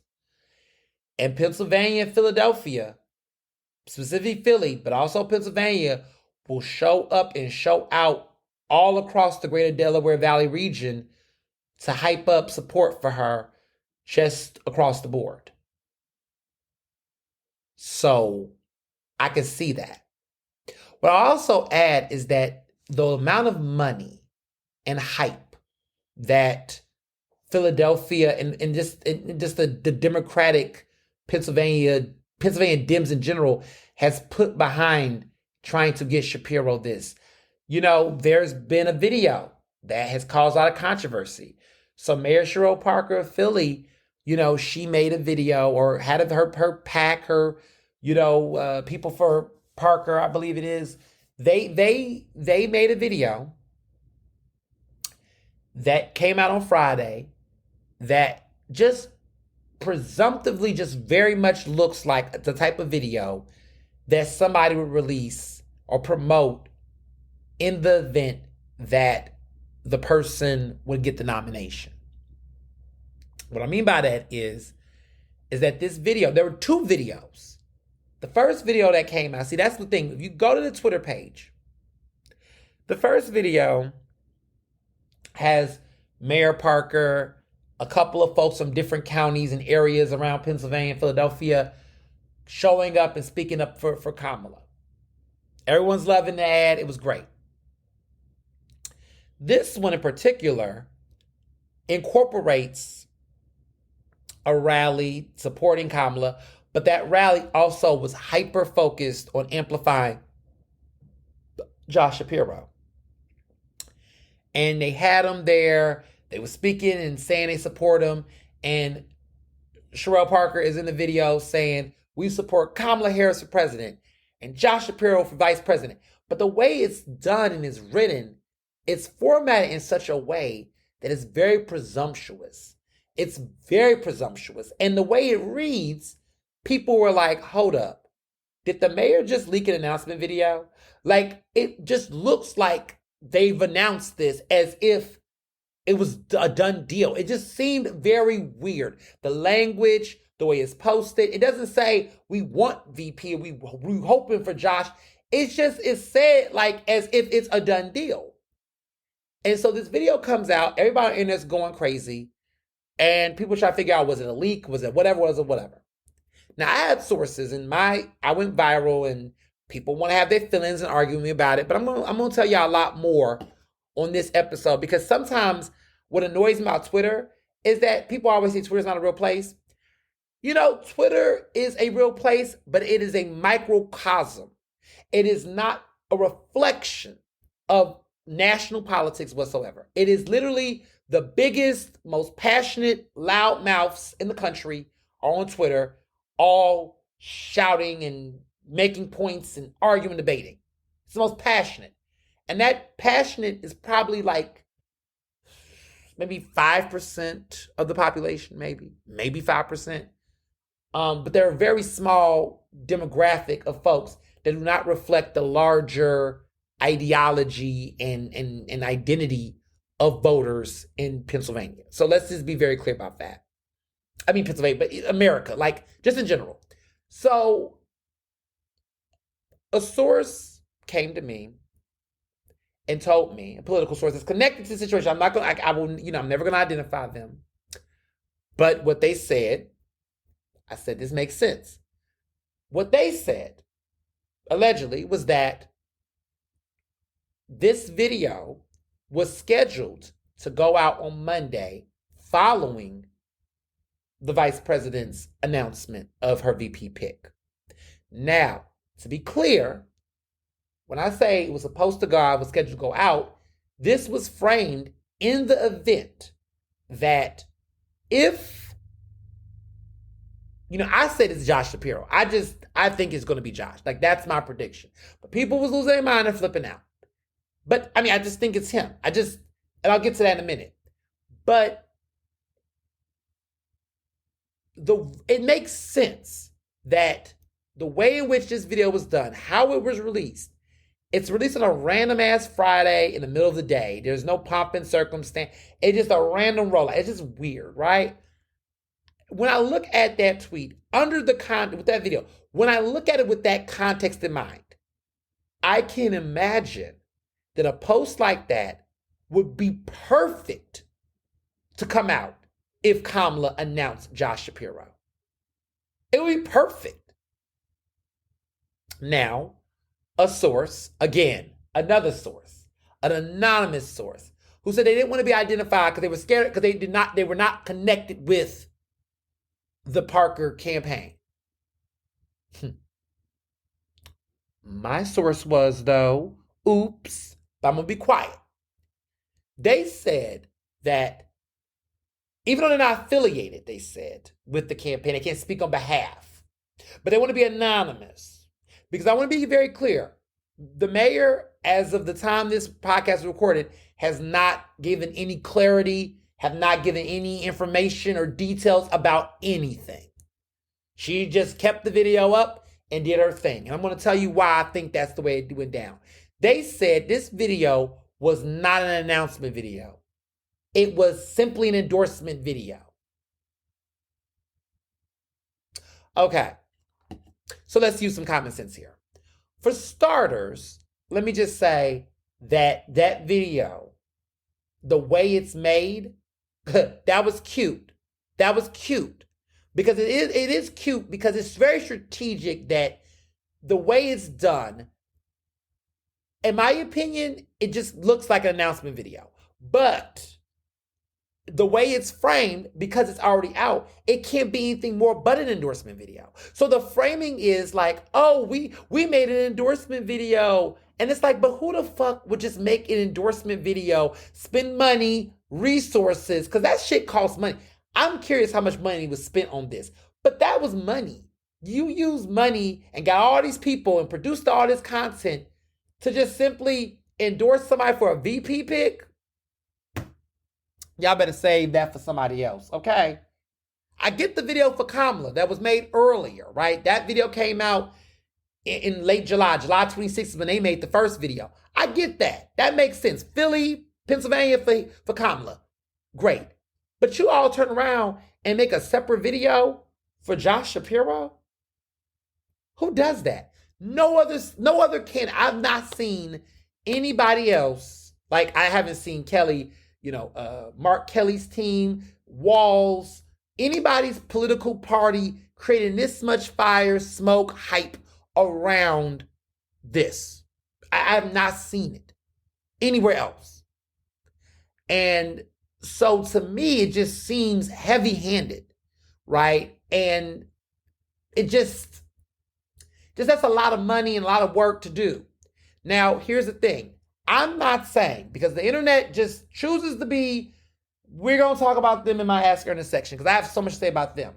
But people choose to misread things or read too much into things so that they can dismiss what is being said altogether, which is whatever. Confirmation bias is going to be a big topic right now. But they were trying to say, well, how would she know? How blah, blah, blah, blah, blah. I don't think she knows.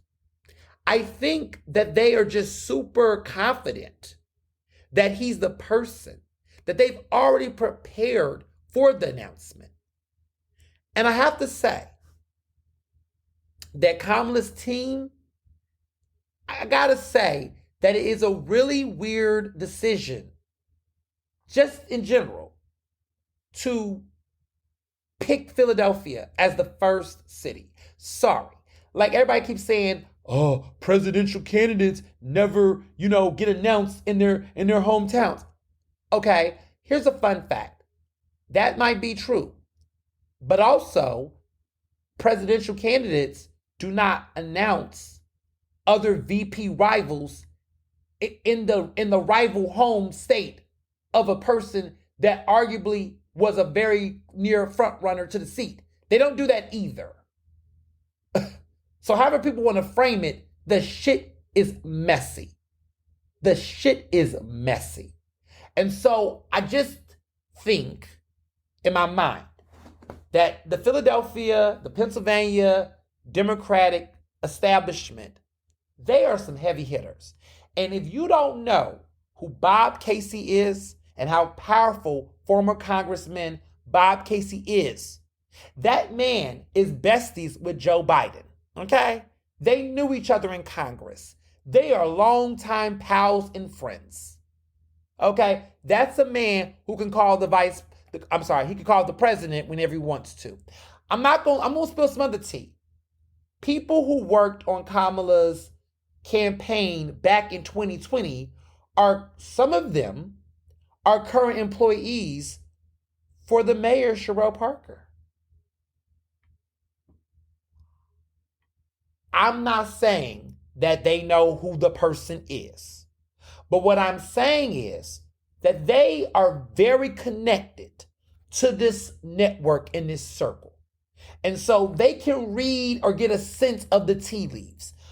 Earlier last week, there were Democratic leaders within the Philadelphia Democratic Party that are really thinking that Josh is going to get it. They've already sent out invitations hyping up what they believe to be a coronation for Josh. That they want to get, that this is going to be his big fucking moment.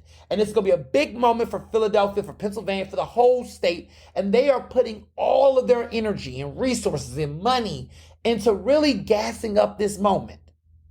That's a lot of pressure. And arguably, one can say that they are really applying pressure on Kamala not to fuck this up. Because in their mind, not picking Josh would be fucking this up. Now, I don't necessarily agree with that, but this ain't about me. I am giving you the analysis of what this is looking like on the ground here. It would be very, like, I'm here for the drama. I would love, my fantasy would be, and I say fantasy because I don't know, but my fantasy would be if Tim Walz walks up on that stage on Tuesday and everybody's at Leah Chorus, everybody hype at Temple, and she just does it in the and Josh Shapiro gets his epic egg on the face. That would be epic. Wouldn't that be a story? It would be a fucking story. I just don't think the Democrats are more risk averse. They're not, I don't see them being ballsy in that way. I don't see them doing something like that. Logistically. I really don't. Because when you look at the other cities on that tour, none of the other cities on that tour are in any of the other rival states.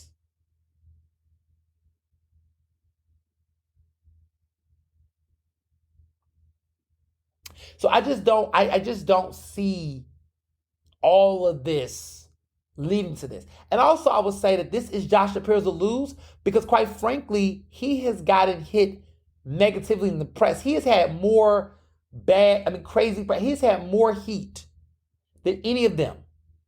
And so for him to not be picked, one could argue damn, this man really went for this and got more scrutiny. If he comes back to Pennsylvania, right?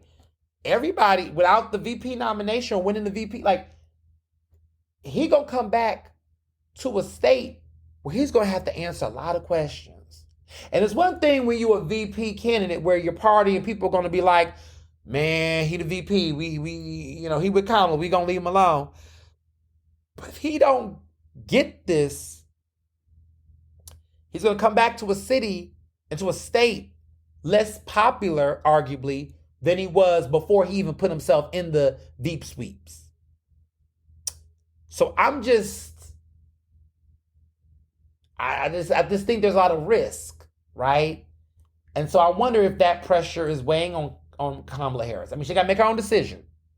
But I wonder if those factors are weighing on her, right? As she make her decision. Is that shaping? Now, I have a theory. And again, this is a theory. This is not a fact. This is my opinion.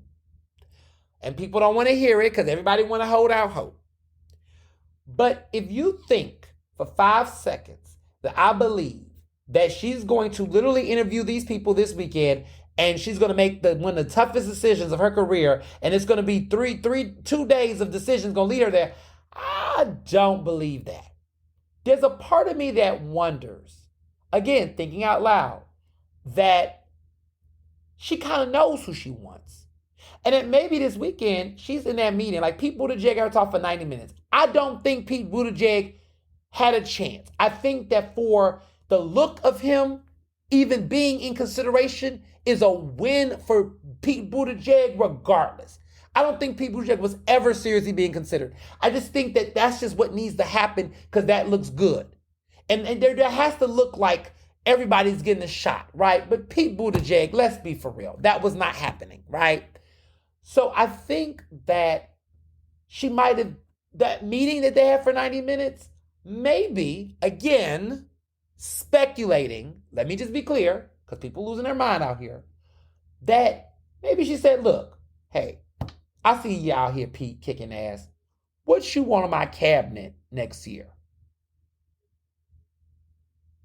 I want to give you a top position. Like I see what you're doing with architect, with the infrastructure, all that. What about another? What about Secretary of State? I don't know. What? Let me give you a higher. Let me let you make history. Be the first gay Secretary of State. I don't know, something.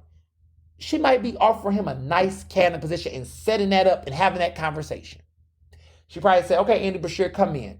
Andy, now yeah, I understand. I see you about to finish your gubernatorial term. If I get elected, what you looking at? Here's some things I'm working on the table with." That's what she could have been doing. She might be sitting there figuring out what other things that these individuals might want so that everybody could be a team player. Okay?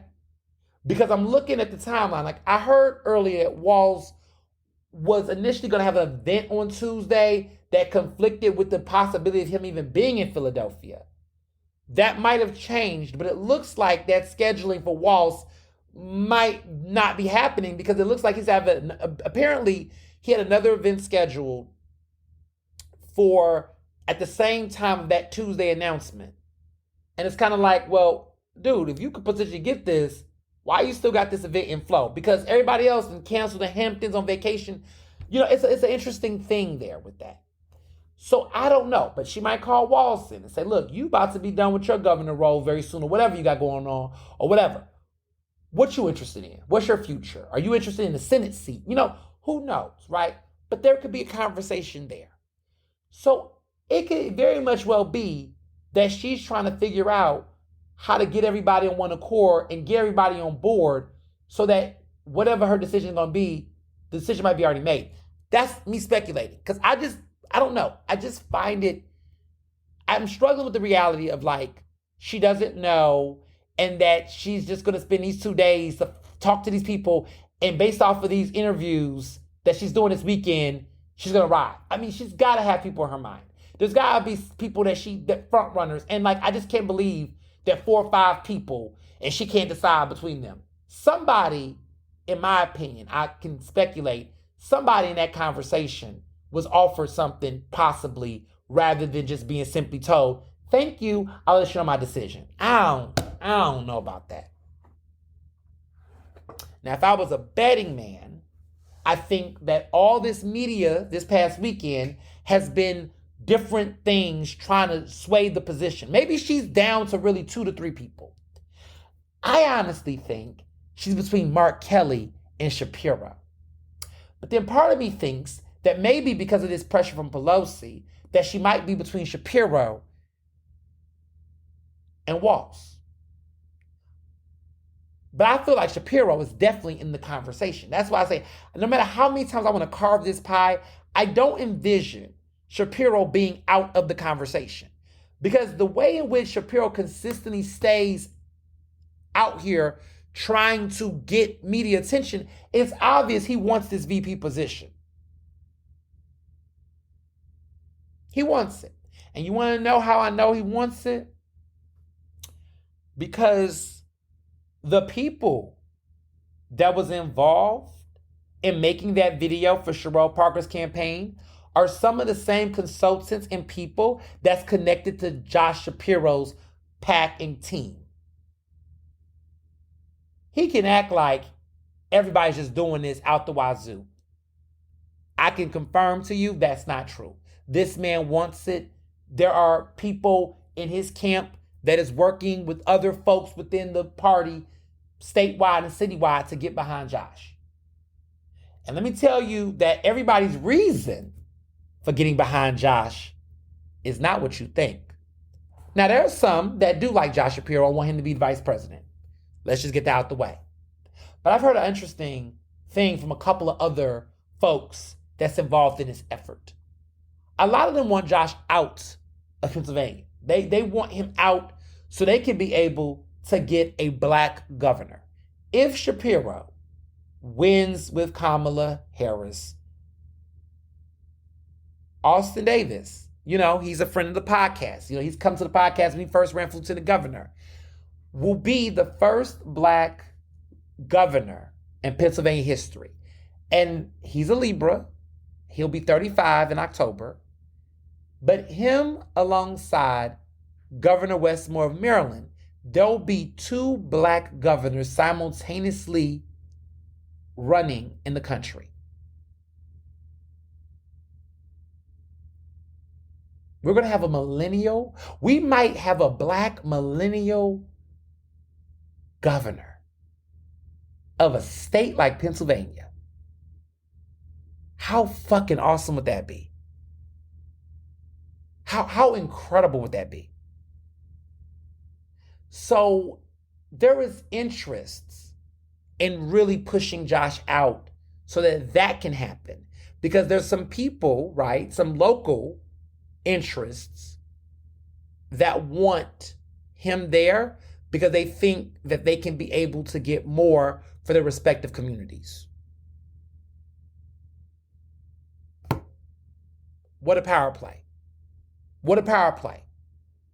Because once again, y'all, I was only enthusiastic about Josh Shapiro because Austin Davis was his lieutenant governor.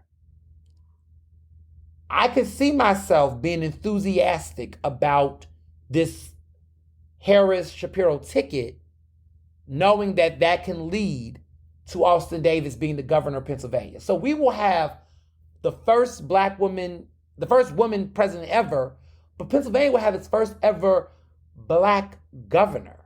Like, that's dope. So I'm seeing some interesting opportunities here. And I'm wondering if that is another bonus in shaping the decision-making around Shapiro. Which is why I say this Shapiro's a lose, because so many other good things politically can happen in Pennsylvania and also happen for Kamala's race and this election that is being considered. And that is why there's this huge state, campaign to advocate for Shapiro for the seat. So I see some other interesting avenues. So to be clear, y'all, if Shapiro leaves a seat, Austin automatically will finish the rest of the term, which will be a good 2 years. So let me be clear. Austin Davis will have a good amount of time to really make a difference in Pennsylvania. And with his former boss, or his running mate, being the VP of the country, wow, Pennsylvania will be on the map. Listen, be a fun time, okay? So I can see so many good things in all of this. So I can see so I'm giving y'all the pros because I don't want to just be con on it, because look, I want to show all the nuances, because there are various people who are invested in this for various reasons. And it's not simply because they just like Shapiro, it's because they're seeing other benefits that will come from Shapiro being out of Pennsylvania. And so these are factors that I don't think is being talked about enough in the media. I don't know who they're talking to, but it's a lot of other motivations. And I've been in some rooms, and I try not to tell, but if you look at my pictures on Instagram lately, I'm around some very influential, powerful people that definitely have influence in Pennsylvania politics. So when I see people out here just talking reckless and coming out the neck about certain issues and reasons and rationales, I want y'all to really recognize that, look, you can get on the internet all day and think that all these people on Twitter arguing about these minute little points and details is going to shake the decision race. It can be very much the opposite. So we'll see. But I will say all this to say that it will be, either way, it's going to be exciting. If she picks Josh Shapiro, woo, that's going to be a moment, y'all. It's going to be a moment. Philadelphia will be on fire in a good way. I mean, that Leocore Center, I won't be in that room, but I know it's going to be crazy. Philadelphia, Pennsylvania overall, It's about to be wild. And I think with the kind of energy and fever that's going to happen, the Pennsylvania Democrats are going to be fired up and ready to go for Shapiro and Kamala. They're going to go ham. Oh, they go prepared to be sick of them, because people are going to be sick of them when all this. They're going to go ham. We ain't gonna listen. We're gonna see something we ain't never seen before. So I see it. I see it. But if she does not pick him, there might be a very calm and resound across the country. I think the rest of the country would be like, right? I think the country would kind of be like, I feel like a lot of people would be like a little happy, because, it will make for an interesting episode of Ernestly Speaking next week. I'll give you all that. But I do feel like Pennsylvania, I don't know how people are going to receive it. I don't know. I just don't know. I don't know if the energy, the resources, the money is going to be... I mean, there's going to be love for Kamala. Let me be clear. But it's going to feel like a slight. Because if you bring anybody else to Pennsylvania, that's last name is not Shapiro, the enthusiasm is going to be really weird. It's going to be really weird. Hell, I can imagine people not even going if the announcement is not Shapiro on Monday. I can see certain folks that thought they were going to go might suddenly not go. I mean, Shapiro's going to have to go to save face. He's going to be humble. He's going to do all that. But it's going to feel real awkward. It's going to be real awkward. It's going to be real awkward. I just almost feel like, I don't have a dog in the race, but I just am like, if I was him, he done went in deep. He done put in a lot of himself into this. And if it backfires, oh my goodness.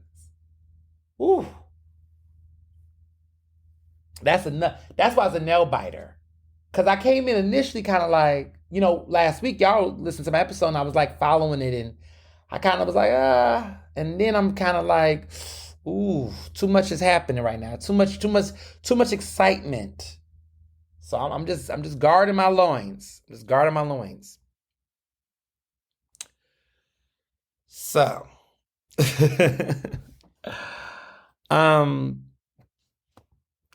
we'll see. We'll see how it plays out. But there's something about all of this that just feels like it's just looking like it's Shapiro every day, y'all. In spite of the bad press. But stranger things have happened. So we'll see. So on the other side, we're dealing with Trump. Trump, dealing with the whatever the hell that was, the NABJ convention. But he succeeded in getting, I wrote a piece for the Daily Beast talking about how Trump benefits off distraction. The late, great Toni Morrison once talked about how racism often is a distraction, that people will spend time trying to explain this, that, and the third, and it's a distraction to people's world. And I agree, racism is such a distraction. And Trump leans on that. His entire political career, he has utilized racism as a way to create distraction. And he did.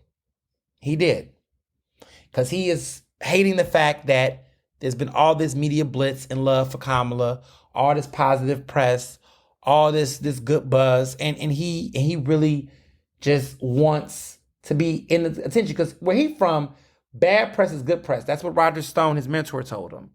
And so whether he had bad press, he wanted to have press. It was a period of time for a while where no one gave a fuck about what Trump was doing during this whole entire time. And then he turns around, does the stupid antic, and then automatically he's back in the conversation again. We can't stop talking about it.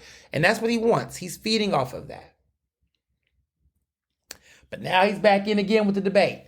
He wants to do a debate after dodging a debate that was going to be on ABC. Now, he claims that he's in this lawsuit with ABC with George Stephanopoulos, and so it's bias and a conflict of interest for him to do the ABC debate. So that's what he bailed out of. So now he wants to do it in Pennsylvania. We don't know the city yet, but he wants to do it with Fox News. He wants to contain his moderators to do it. And he wants to have this debate in September. And he's agreeing to a debate, but he wants on his own fucking terms. And at a certain point with Trump, it's just like, we found that out with NBJ that to a certain extent, we could, Harris Faulkner, remember Harrison Faulkner, the one who did the interview, right? Did you all know that it's confirmed she's not a member of NABJ? So the question became, then why the hell was she picked to be on the panel? Oh, that's right, because that was the terms and conditions to which Trump felt comfortable coming on that stage. They're not going to disclose that because they claim it's confidential, the agreements and things they do. But obviously they acquiesced to Trump to do it, so they brought Harris and Faulkner. Like, my whole thing is, if you're going to do it, create a panel, you set your own terms, you tell them to come to it. How the hell is this journalism, you doing all this special-ass conditional things to get like, that's just too much. I just hope they resign, but they're not. Anyway, he wants this debate. Now, I don't know, as of right now, I don't know. It has not been confirmed whether or not Kamala Harris is going to agree to this debate. I mean, I feel like with those moderators and stuff, I just feel like it's a trap. I mean, Fox News does not have the best credibility at all. Why would she agree to that debate when it's not like CNN was doing the debate, right? Or MSNBC, right? This is a clear biased cable news channel. Okay, if y'all want to do on ABC, do CBS. Why not do it on CBS News? Like, do it on CBS, or NBC. Like, I don't know why they can't just do it with another media outlet that is not directly Fox News. The fact that he wants to set the terms, it's like, that's whack. He literally did the debate already with CNN. The first time he did it with CNN. And he did it with Biden. Don't want to do CNN again? Do this. I just feel like it's obvious as the days go on that he was just not prepared for Kamala. He was not prepared for this enthusiasm. He doesn't know how to combat with her. He doesn't want to debate with her because I think he fears that he's going to put his foot in his mouth. But it's so obvious that he was not prepared for this moment with her. It just goes to show you.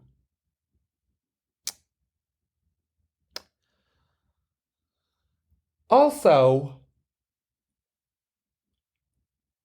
J.D. Vance, he's been just more and more bullshit with him.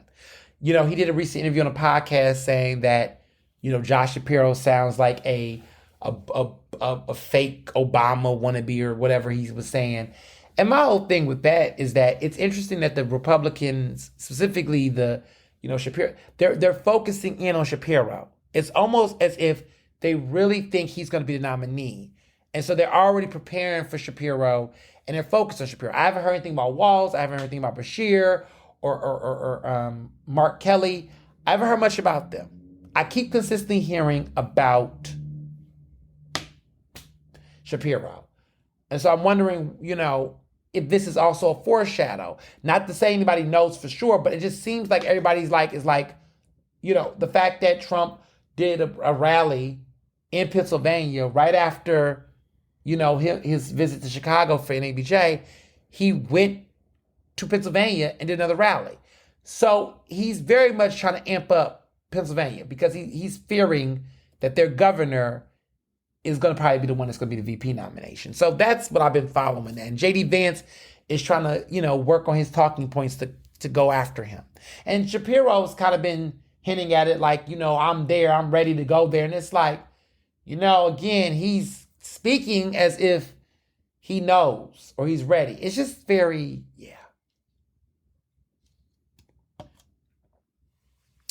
I mean, the guy had a press conference at Cheney University, for crying out loud. I mean, he my old teaching stomping grounds now. He having press conferences at Cheney. So it's clear he's doing what he's doing. In other news, Tim Scott got married. Yes, Senator Tim Scott, after much speculation and questions about whether or not that marriage was a joke or not, he is newly married. And that's that.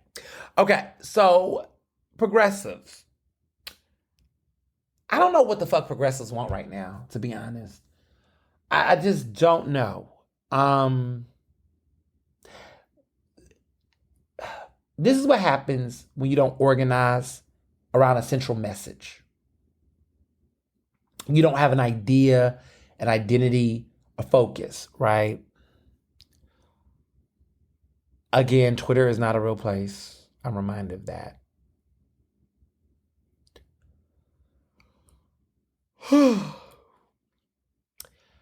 I've seen various sectors of progressive Twitter and online. You have folks that are just consistently doing the whole, I'm not voting for Kamala, withholding my vote, electoral politics will not bring out radical change, blah, blah, blah. Heard that. Okay. I'm not even looking at them people. Bye. Bye, Felicia. Then you got the people, the new group I've been hearing from, these new progressives that are very much like, we're going to withhold our vote from Kamala if she has Josh Shapiro as her VP pick. So now they go from, I'm not going to vote for her, period, to now, I'm not going to vote for her for real, if Josh Shapiro's a VP pick. Well, I thought y'all wasn't voting for her already, so why would it matter who her VP pick is? Initially, they were dogpiling Mark Kelly, saying he was anti-union, he was not good. Okay. Then they went in on Tim Walz talking about how, he was not, the best advocate as possible during Black Lives Matter in Minnesota, how he dealt with some of the protesters and things that, he could have done more and yada, yada, yada, yada. So they went on that. So, but overall, right, it's like, okay, you all are seeking perfection or wanting, like, I don't get it at this point, what you all want for politics. I'm just trying to figure out, who do y'all want? Now, I would argue that the progressives who are trying to be reasonable here in this front, right? Because I'm a pragmatic progressive. I'm about harm reduction. I would prefer for it to be a a Kamala Harris, Tim Walz ticket. Like, I want that. But at the end of the day, she picking who she gonna pick. And because I know who's on the other side of what it is, I'm not withholding the fucking vote, y'all. Sorry. I'm just not. I'm just not gonna play them games. But I would prefer who I prefer, and I would prefer personally Walz. I would prefer him. I think overall he just seems to be the better candidate overall. His positions, where he's located, I just think he's just the better guy. And I think other people agree with that. And I think if she picked Walz, it will not be a harder sell to get certain progressives to shut up, right? But she's gonna make the decision that makes sense to her. Because also, what I would also argue is that because progressives are so wishy-washy and don't understand where they stand on any of the issues right now when it comes to the candidates, it's really hard to base your faith on them or to really take them seriously right now in their campaign, because there's no uniform message. There's people that still entertaining Jill Stein. There's some people that just don't entertain voting at all. There's some people that's like, they would vote for her, but not gonna vote for her based on one person she chooses their VP pick. It's a lot of energy. And to be very clear, let's be fair, right? The vice president does not have that much executive power in the same way that the president do. I'm not saying the VP position doesn't matter, but like for all the things, right? It's obvious that Kamala has very different views from Biden than Biden do. And even with Obama, right? It was obvious that on certain issues, Biden had different positions and stances than Obama did. And to a certain extent, we saw that play out, right? Between them. But we got to be real. Shapiro is not going to be at the executive desk making executive decisions and running the show like that. It's just not going to be that. He's going to be in the room. He's going to be a sphere of influence. But he's not going to be able to really, I just think we got to be a little bit realistic. Like, he's not the president. So it's just a weird level of demands, and I mean to a certain, and maybe Kamala might be sitting there like, man, they got all these opinions about all this. I know how to run my shit. He ain't gonna tell me what to do. She might be like, look, I need Shapiro to get Pennsylvania and honestly get my donor support and get other things. Hey, listen, he ain't about to come in here and be running my office. Like I just feel like we do gotta have a little bit of respect and just recognize that the vice presidency is not the presidency. I mean, let's be clear. But also I can hear people say, look, it's one heartbeat away from the presidency. So to a certain extent, I can see that argument, but at the same time, it's like, let's be for real. So I just keep seeing the back and forth and the wishy-washiness. But the one person that just annoys me when it comes to politics. Now, as a person, it is what it is, right? That, I said I won't, but Mark Lamont Hill, y'all, I'm sorry. I don't know. Like, I just don't get it with him. Like, he did finally come out after being, there is an actress named Yvette, famous actress who's on TV. She's on shows like, she's on Community. She is very Black. She's AKA. She's a big Kamala supporter. She grinded him up. She got him together this week. Her name is Yvette Nicole Brown. For those who know who she is, Yvette Nicole Brown is dope. So she's been really getting on, Shapiro's. I mean, Shapiro on. She's been really much getting on Mark Lamont Hill's ass about a lot of this stuff that had been said, right? And I tell people all the time, in her situation, she really, called him out and said what needed to be said, which was basically, look, you can have all these opinions, you can say all these different things you want, blah blah blah blah blah. But at the end of the day,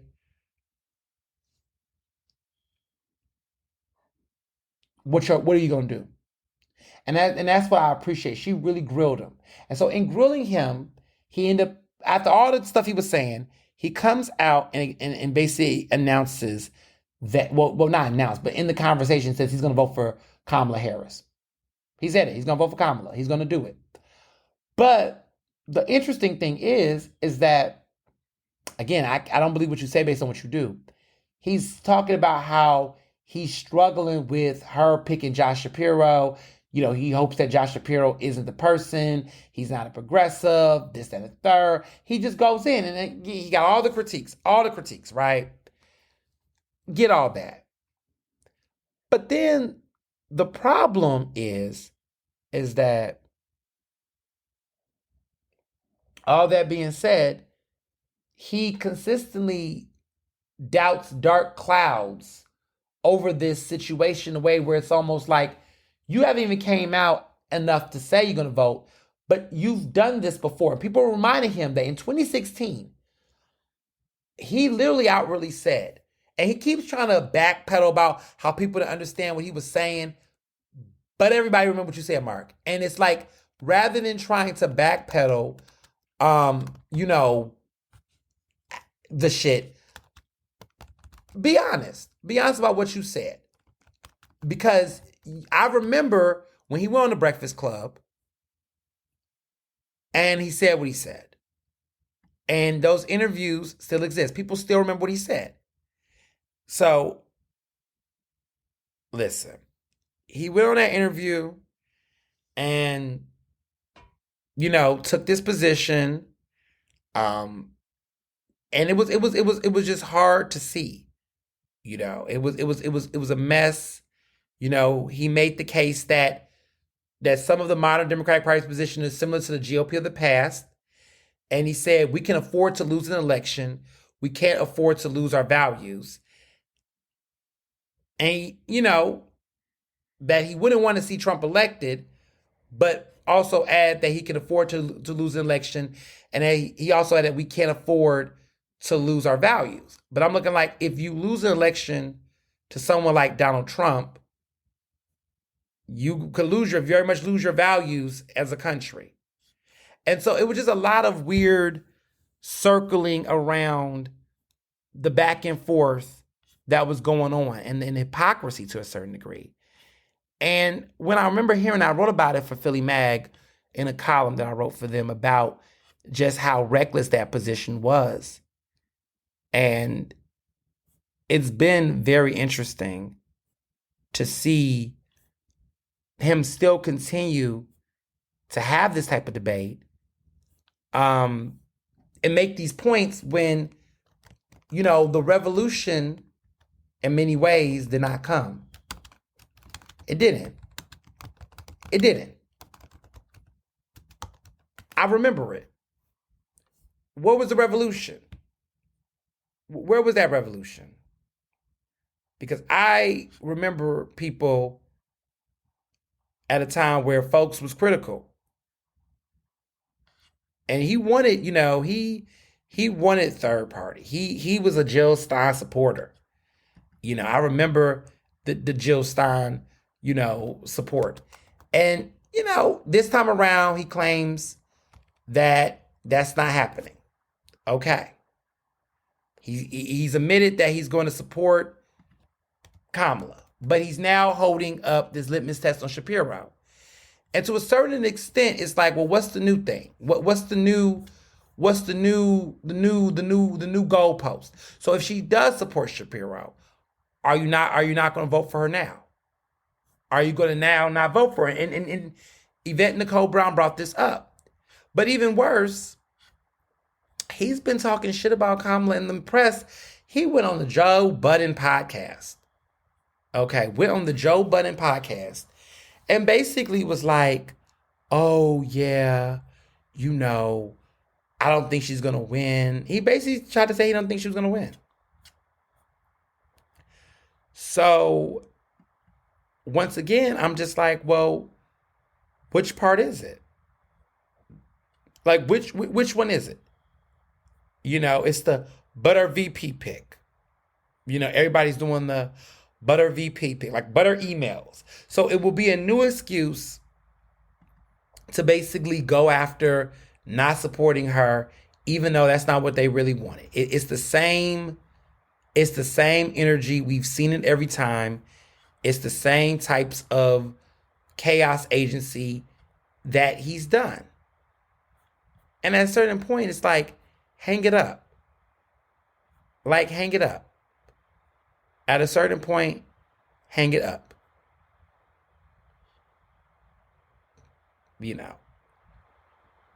It just stop. Just stop. And it's just a shame because it's like, dude, you're super rich. You are in a position that you can afford. Whoever becomes the president, people like Mark will have money. He was able to survive a Trump presidency. He could afford a Trump presidency. But a lot of people, that's not their case. And so it's just frustrating because it's almost like you want to talk about Trump presidency in regards to revolution. You want this revolution so bad. You want people to resist and all this. It's cute to say all that. But the problem is that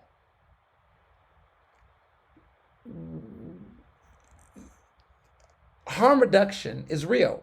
If you think that Hillary Clinton winning in 2016 was going to be equally worse than Trump's presidency, I just don't know what planet you're on. And that's the kind of reason why I also feel like people have been like, well, there's going to be progressive pressure on Kamala. If she picks Shapiro, the progressives not going to vote. I just don't know if that's true. Like, I'm a little cynical about that. Like, okay, some of them may not vote, but then the argument is, was they going to vote for her anyway? Because then, let's say she doesn't pick Shapiro. Then it becomes an argument about putting pressure on her to make certain other political policy decisions that she really can't make right now as vice president. And so it's like this tactic to try to skew her platform a certain way. What are the guarantees that she will win with that current platform, with that platform that they want? Like, there's no strategy here. Which brings me to my next point. That Cori Bush, her primary is coming up very, very soon. This upcoming week is going to be heavy. There's a strong likelihood that Cori Bush is going to potentially lose her primary for her congressional seat. She is a member of the squad. On Ernestly Speaking, I have been consistently talking about, Jamal Bowman just lost his primary. That's one squad member down. Now they're coming for Cori Bush, and it's very likely she's going to probably lose to this black man who is being supported by the moderate Dems and, apparently AIPAC money's in his race. There's a lot going on. Listen, if she loses, I got to blame progressives, because at a certain point, you got to start talking and start walking when it comes to either the polls and getting money out for your candidate. And so if Cori Bush loses this seat, this is a pretty big damn deal. And once again, 2 black progressives in this squad, okay, are the ones losing power. And so while all of this energy and all of this smoke has been fixated on Shapiro, what would have it looked like if all of this energy would have been channeled in amplifying Cori Bush and letting people know that she got to stay in her seat? But that didn't happen. That didn't happen because other people had their own agendas. Everybody wanted to trump everybody else, no pun intended, into these situations. And now she could potentially lose this week. So pay attention to that race because it's not looking good for her right now. It would be a nice miracle if she wins. I really would like her to win, But progressives, they're missing the goalpost. And if she loses, that says a lot. So I want to take some time to talk about Ask Ernest this week. A lot of you all, I talked about confirmation bias in the past, and a lot of you all want to understand my take on that issue in particular. Yeah.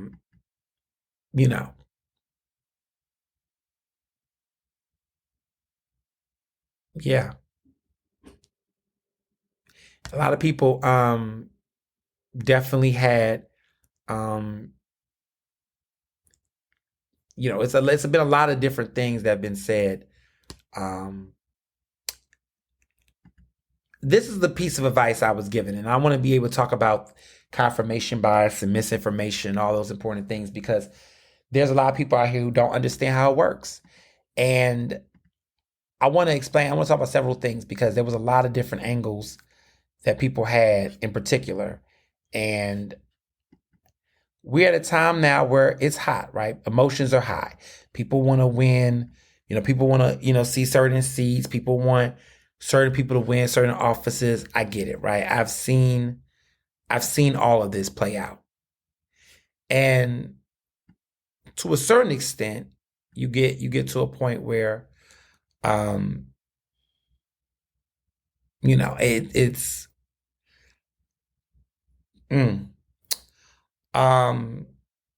you see a lot. You see a lot of relationships. You see a lot of drama. And with these types of seasons, right, people want to hear the things that suit their interests. And so I've gotten to a point where we got to break this down. So, because I've used these terms a lot and it's obvious that people don't know what they mean. So misinformation is spreading information that is not true unintentionally. That's just misinformation, right? Disinformation is spreading information that is not true with the malicious intent. And confirmation bias is only looking up information that validates your point while ignoring inconsistent information that's inconsistent with that point. So I've seen a lot of this. And this week, it's been interesting, right? I've dealt with a lot of anti-Blackness and racism from certain opinions, white progressives in Philly and beyond. That group is interesting because a lot of the stuff they say and remark about regarding me, it's racially coded. I've been called, one person called me highfluent. They like to say, he's they won't say traitor of my race, but they say he backstabs the community. And it's like, what community? And why are you trying to frame me as an Uncle Tom? Because there's that kind of rhetoric that a lot of these white progressives that think that they are holier than thou and walking in the black. Let me say this. I don't care how educated a white person thinks they are on issues around race and social justice. You will never in your life outsmart or outwoke a conscious black person. You can disagree in this, that, and third, but understand the role in which you play and how race and privilege shapes your experiences, and recognize that any black person is navigating their own identity and space in this fucking white supremacist world should be given a lot more grace and understanding than the person who comes from the very culprits that created that. And if you're conscious enough as a white person to understand the role of privilege and race, then you would actually just shut up and stop trying to chastise black people on what they think about politics. It's very interesting how white people are obsessed, those in those spaces that think that they have some license because they're around other black folks that give them that. Because I see it. But I have to tell these white progressives very often, I'm not the one. So you can play these games and make these little slights, but go do that privately. Don't try to dunk on me or come to me on something. And there's always this arrogance that they have about it. And I see it with other people. I see how they talk about certain politicians. And it's got a racial codedness because it's always smoke for black folks, black journalists they don't agree with. I rarely see them be as highly critical of white reporters or individuals that say similar things or report similar things. Because like I told you all earlier, white people, powerful people, anybody with privilege, they always want to go after people they think are lower than them, inferior than them, or they think is the underdog. And their racism and their racial bias confirms that. And so I've seen that a lot with them. And this week with everything that was going on, a lot of them was mad that I was saying that Shapiro is the front runner. And I'm just looking like there's a lot of signs that kind of point to that reality. But no, they want to pivot to other people. They want to pivot to Tim Walz, assuming that I like Shapiro. But I'm just like, you want to frame me as some insider that's in bed with the Democratic establishment because I am giving credence to the reality that Shapiro could be the pick. But at the same time, you want to ignore my critiques or my opinion, my pick, because that doesn't fit your narrative. That is called confirmation bias. You're only looking up information. So there were people online that were like, oh, this person's a big Shapiro supporter. Do you know that Shapiro did this, this, this? I'm like, motherfucker, I'm the reporter. I covered this. I've spoken about this on my podcast. I've talked about it. I know the issues with Shapiro better than a lot of people are, right? You might have learned about him 2 weeks ago. I've known about him for over 2 years. But there's a lot of people that will, because they're hearing something they don't like, they shift or they want to frame something a certain way. And it's just bad. It's just bad. It's just bad. And you get to a point where you realize, oh, these people only want to hear the things that make them feel good about the race. They only want to have hope for things that makes them feel like their person is in the thing. And so you sometimes throw them a little bone and say, what is a possible chance? No wrong with that possible chance. That's the one thing in it. Like I will do threads, right? And I'll thread about multiple things. But the one thing a person will agree on the thread, they'll amplify that. And even though there's context missing. And so they only will fixate themselves on that one portion and everything else will just be left or whatever because it doesn't affirm them or give them what they want. Hence, confirmation bias. We got to stop that. I think the reason why certain people have lost elections is because people have underestimated or just blocked out people. When Sherelle Parker won the mayor, there was the mayor's seat. A lot of people just did not want to hear that, yo, there are a lot of black women and people who have issues with Helen Gim. So they just saw a picture with Helen Gim with some black people in the community and said, well, she's with black people. And I'm like, y'all, cut it out. Like, there is a larger number of people who are not in your little circles. I remember, I was saying at the time when I covered the race, there's a lot of black leaders and political leaders that are coming behind Sherelle Parker. Like, a lot of Democrats, a lot of establishment Dems are unifying behind her. And I remember people were like, well, Mark Lamont Hill and Michael Cord is endorsing, Helen Gim. Those are black men behind Helen. And it's like, first of all, look at who's endorsing Helen Gim. Mark Lamont, radical ass Hill. Like, that's who he is. He's radical. Ain't nothing wrong with that. But I mean, come on, let's be for real. Like, Michael Cord, like, of course, Michael Cord. Like, give me a shocker. Give me a person that no one saw coming, like Vincent Hughes. And if it would have been Vincent Hughes, I'd be like, oh shit.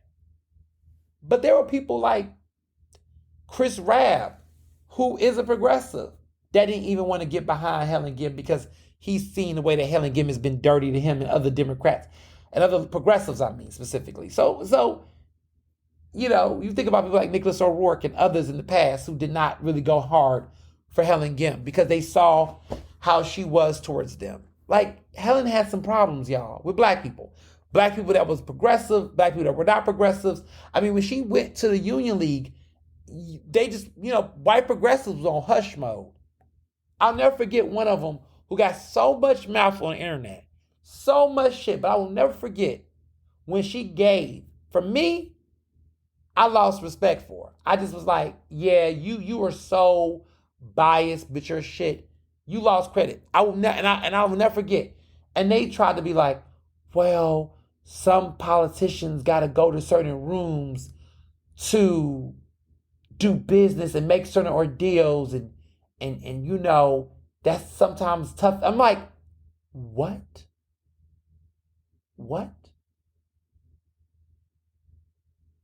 Are you serious? Like, are you ignoring the real legitimate implications of what Helen Gim did? Are you that married and obsessed to her that you just can't even fathom that she was just dead ass wrong? Okay. And that's why I can't take these people, because I laugh at the double standards. So they wanted Helen Gim so bad that they overrode the fact that she was connected to Johnny Doc. They didn't want to hear that. They didn't want to believe that. They didn't want to listen to that.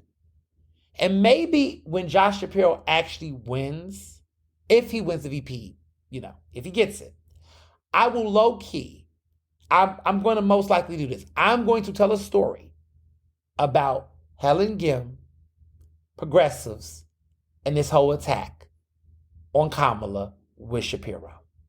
And I'm going to show the parallels of the double standards, because I will always remember this. They ignored reality.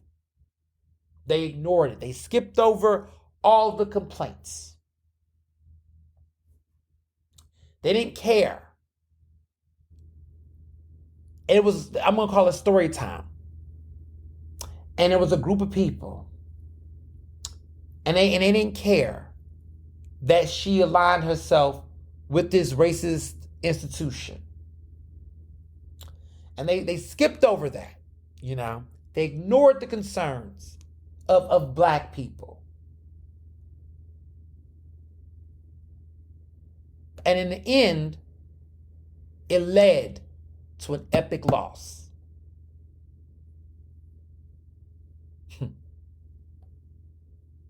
That to me, like, they ignored everything because they wanted her so bad that they didn't listen to black people. They didn't listen to other people's concerns about Helen. They skipped over it. Everybody was coming with their receipts and all the details, and they just doubled down because they wanted that person so bad. They moved past all these glaring concerns and issues.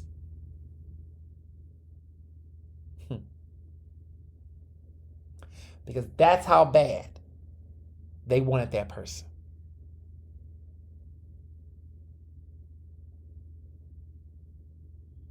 So it's funny that here we are in 2024 and we're seeing this same level of people picking and choosing. And you got to wonder if you're somebody that watches both of these sides fight, that there's hypocrisy on both sides. You all let Helen Gim, Philly progressives, do a lot of dumb shit. And you never wanted to hold her accountable to it. You never wanted to. But here you are trying to hold Vice President Kamala Harris to a standard that you all did not want to hold for Helen Gim. My.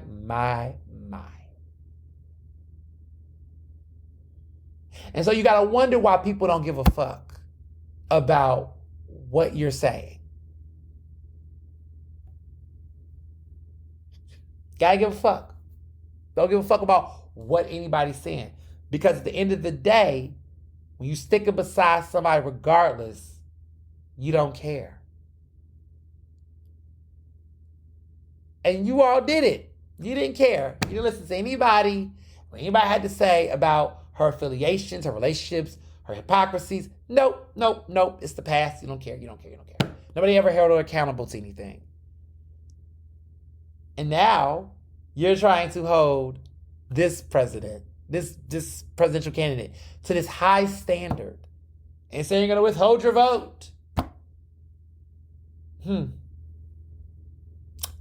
Maybe if you would have actually kept that same energy in your own backyard, with your own candidate to make your own candidate better. Because let's be clear, Kamala was never your candidate. It's up to her actual followers to hold her accountable. You guys are in the way. See what I'm saying? You all don't even hold your own candidates accountable. Your own picks accountable. But you got all this smoke for a candidate you don't support. I'm just saying. I see the hypocrisy. Because I've seen enough of it. The energy's just not being kept. It's just not being kept. And feelings are going to get hurt. Boo-hoo-hoo. It is what it is.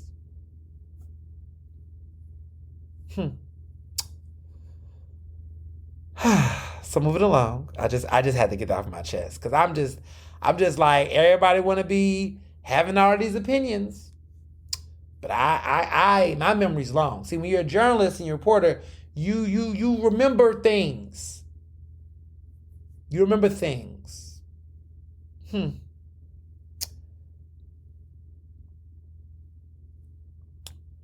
Yeah. So this week in music, because there's not really that many movies out that's hot. I mean, it's Deadpool and Wolverine all day long, child. But with music, I'm really into Ernest Shapiro. I'm really into her. I just started listening to her album. I've been listening to her music, but I've been on her lately. I've been really feeling her. She's getting me excited. I mean, I'm looking forward to Sabrina Carpenter's new album, Short and Sweet, coming out later this month. But Ernest Shapiro, Good Luck Babe, is a bop. I've really have been getting my life. I mean, when I first heard it, I was like, okay. But the more and more I listen to it, it's just sultry, poppy, synth. It's everything I need in my life. Things I don't need in my life. Drake. Drake trying to make a comeback. Party Next Door and him are supposed to be dropping an album later this year. He showed up to Party Next Door's concert as a surprise in Toronto, supporting his fans. Performed a 1-hour set of just R&B songs. Okay, Drake. I mean, I guess he's going to stop rapping and going back to his R&B era because clearly rap and all that ain't looking too good for him right now. He's clearly going through it. It's obvious that the Drake and Kendrick beef really has left a dent on him. I mean, they not like us. Video, song, everything is just an epic song. It's like the song of the summer next to Espresso and everything. But they not like us is like the rap song of the fucking year. And arguably we might be in the conversation for a decade, depending on how the rest of the decade plays out. But like it's just, there's no denying the impact of that song. For better or for worse, you know? So I don't know. Drake, I don't know if we want more music from you. You might want to just sit this one out. But before I wrap up, this week in TV, I just only want to talk about one show. Because one of my LBs is on the track. He knows this show. A lot of you all have been going back because Love and Hip Hop Atlanta has been blowing up. And I'm a loyal, you know, I've been watching this since the very beginning. I'm loyal. Over a decade. Season 12, baby. I'm loyal to this show. But I need to take a moment and talk about somebody. I need to talk about Kirk and Rashida. Okay? Now, if you don't know who Kirk Frost is and Rashida Frost is, for those who don't understand, Rashida was a C-list rapper in Atlanta. She had, I guess, a big hit, one called Bubblegum that came out back in the day. And then she had a little TikTok, little jam that is taken off on TikTok called Marry Me. It's the Pick Me anthem of the South. But she had a bop back in the day called Bubblegum. You know, chewing on my bubblegum. I'm the kind of take to your mama's house. Take. It was a little bop that they used to play at the roller rink when I used to be skating back in the day when I was a teenager. It was a cute little song. I mean, I don't know any other music she's done. And then Marry Me came out and kind of had a resurgence, but I wouldn't consider it a hit. I don't know if any of these songs charted on Billboard or not. I don't know if they did. Maybe they did. I don't know. Definitely not the Hot 100. But I say all this to say that she's become a bigger star, not because of her music, but because of being on Love and Hip Hop. Like, she is one of the original OGs. She's been on Love and Hip Hop since the first episode, the first season. Now, Stevie J, Jocelyn have left, but there's a couple of OGs still there, which is Kirk, Rashida, Scrappy, Mama D. I think Mama D's going though. Erica Banks. Is Erica Banks? I think it's Erica. Erica, who was Scrappy's baby mama. Baby mama number one for Lil Scrappy. Young Jock, I don't know if he came in the first season. He may have came in the second season. I don't think he was a first season guy. Carly Red was first season. You know, but the OGs is still on the show. And so unlike the rest of these other spinoffs, which at this point we only have Love and Hip Hop Miami and Love and Hip Hop Atlanta. I mean, Love and Hip Hop Atlanta is iconic. But the show has, you know, is consistent. I watched it in college and kept watching it. But anyway, one of the biggest plot lines of this entire series is the fact that Kurt, you know, came into this show insecure, assuming that Rashida was cheating on him, which she didn't cheat on him when he thought. I mean, this man swabbed his newborn baby to see the DNA test to see if the baby was his. I mean, so messy, right? And this is the guy who did this after the fact that he was in a jacuzzi with women talking about he had a pass while he was married.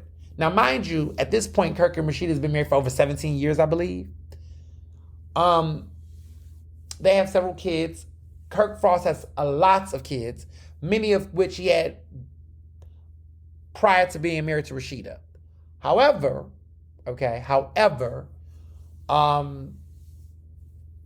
during this show, he met a woman at a strip club, I believe, or a dancer or something of that nature. Her name is Jasmine. And he stepped out of his marriage, slept with this woman, got her pregnant, and now he has a baby in the middle of his marriage. This happened many years ago. It was so epic. I mean, this was like 8 years ago, I think. Maybe 8 or 7 years ago. And it was epic because I was like, okay, Rashida about to divorce this man. Clearly, I didn't know. The tabloids were talking. We know if it was true, but on the show, it comes out. The girls on the show, I'm like, okay, Rashida got to leave. But she doesn't leave him. She sticks beside her man regardless. I would call it bird behavior, but a lot of people do it. She decided to still be with him, and she want to be a wife. She want to do her thing. Well, now, years later, Jasmine is back on the show, and she is speculating that Kurt allegedly has propositioned her for sex in order to give her more money to support her child. Their child, because it's both of their children, their child. There was a little confrontation, the back and forth they had on the recent episode, the past episode, and basically she was saying that he has sent her sexual text messages and comments on her looks, her body, all these different things. He claims that when he comes to the house, is she gonna have her clothes on the next time, implying that when she comes to the house, she don't have any clothes on, different things. And it's just giving an energy that there's still some sexual energy or vibe that he has towards her, whatever. And I'm just kind of like, you still doing this shit, dude? Like, you still ain't got it? Like, you still playing around? But this recent episode, Rashida continues to act like she's in the full control and knowledge of the situation. She's really big on keeping appearances. And I'm just looking at her like, girl, no one's buying it. Hang it up. Like, nobody believes you. Hang it up, sis. Like, he's playing you, boo-boo. But she's stuck on him. And I've been following this show, but I will say that the beginning of this new season, this is like, I think episode 3 or 2, I think it's the second episode, it is good. It's been good. And it's people, some of my friends haven't watched in a minute. They like, I need to probably go back and watch. I mean, it is good. People really like Zeus and the drama on Zeus. And listen, I do watch Zeus sometimes, but I just feel like, I don't know. I'm at a point where I'm like, they're just fighting so much on some of those shows on Zeus Network where it's like, okay, they fight, they curse, but there's no other storyline. And at a certain point, you can only curse and fight so much. Just like, okay, but where's the story? Where's the real deep-seated drama and investment? And so the reason why I find myself still loyal to Love and Hip Hop Atlanta is because these people have like actual lives. They're not just on some random island on some contested show. Like, they're living their life. There's real things happening. It's believable. Like, I don't think the shit is made up. I think that, this shit is real. How they talk about it on the show it is what it is. But there's a real storyline going on. Like, this is real reality TV. And so I'm captivated by that, So yeah, I'm here for it. But, this upcoming week is going to be one for the history books. I can't wait to see how it plays out. It's always funny when I'm ready to go on vacation or take a little break. Now, I'm not going to be on vacation from this show, but just I'm going to, go to the vineyard, enjoy the island, enjoy my Wednesday, Thursday, Friday, Saturday, Sunday. I like a 5-day vacation. Like, I'm going to have a full-fledged, nice little away time from Philly. Like, I need to get physically out of Philly. Like, I really want to be, like, Chicago was great, but I was doing alpha business. Like, this is a real vacation where I'm not like working. Like, I'm really going to be with my lovely husband, Mr. Johnson. And I'm going to be able to just like really get out. And so I love a good vacation. I talk about all the time about it, but like, we're not going to, Mexico. There's a beach. There's beaches in the U.S., Born in the U.S. Like, support the, let me not start. But I'm going to enjoy it. I'm going to really enjoy this. This is August. I'm trying to make this a tradition. Like, every August, I'm going to the vineyard. Like, it's my thing now. I feel like it's a thing we look forward to. It's become a niche. And we have so much fun. And I'm really looking forward to this upcoming, this week. So, that is it. This is an early episode. I literally am doing this early episode because I want to get you all ready for what's going to go down this upcoming week. But this is great. And as always, Be well and be best. Ernestly Speaking is recorded in Philadelphia, Pennsylvania, and can be found on Apple Podcasts, Google Podcasts. To stay up to date with the latest on the show, follow me on Facebook, Twitter, and Instagram at Mr. Ernest Owens. Use the hashtag Ernestly Speaking to tell me what you thought about this episode, and check out my website at ernestowens.com.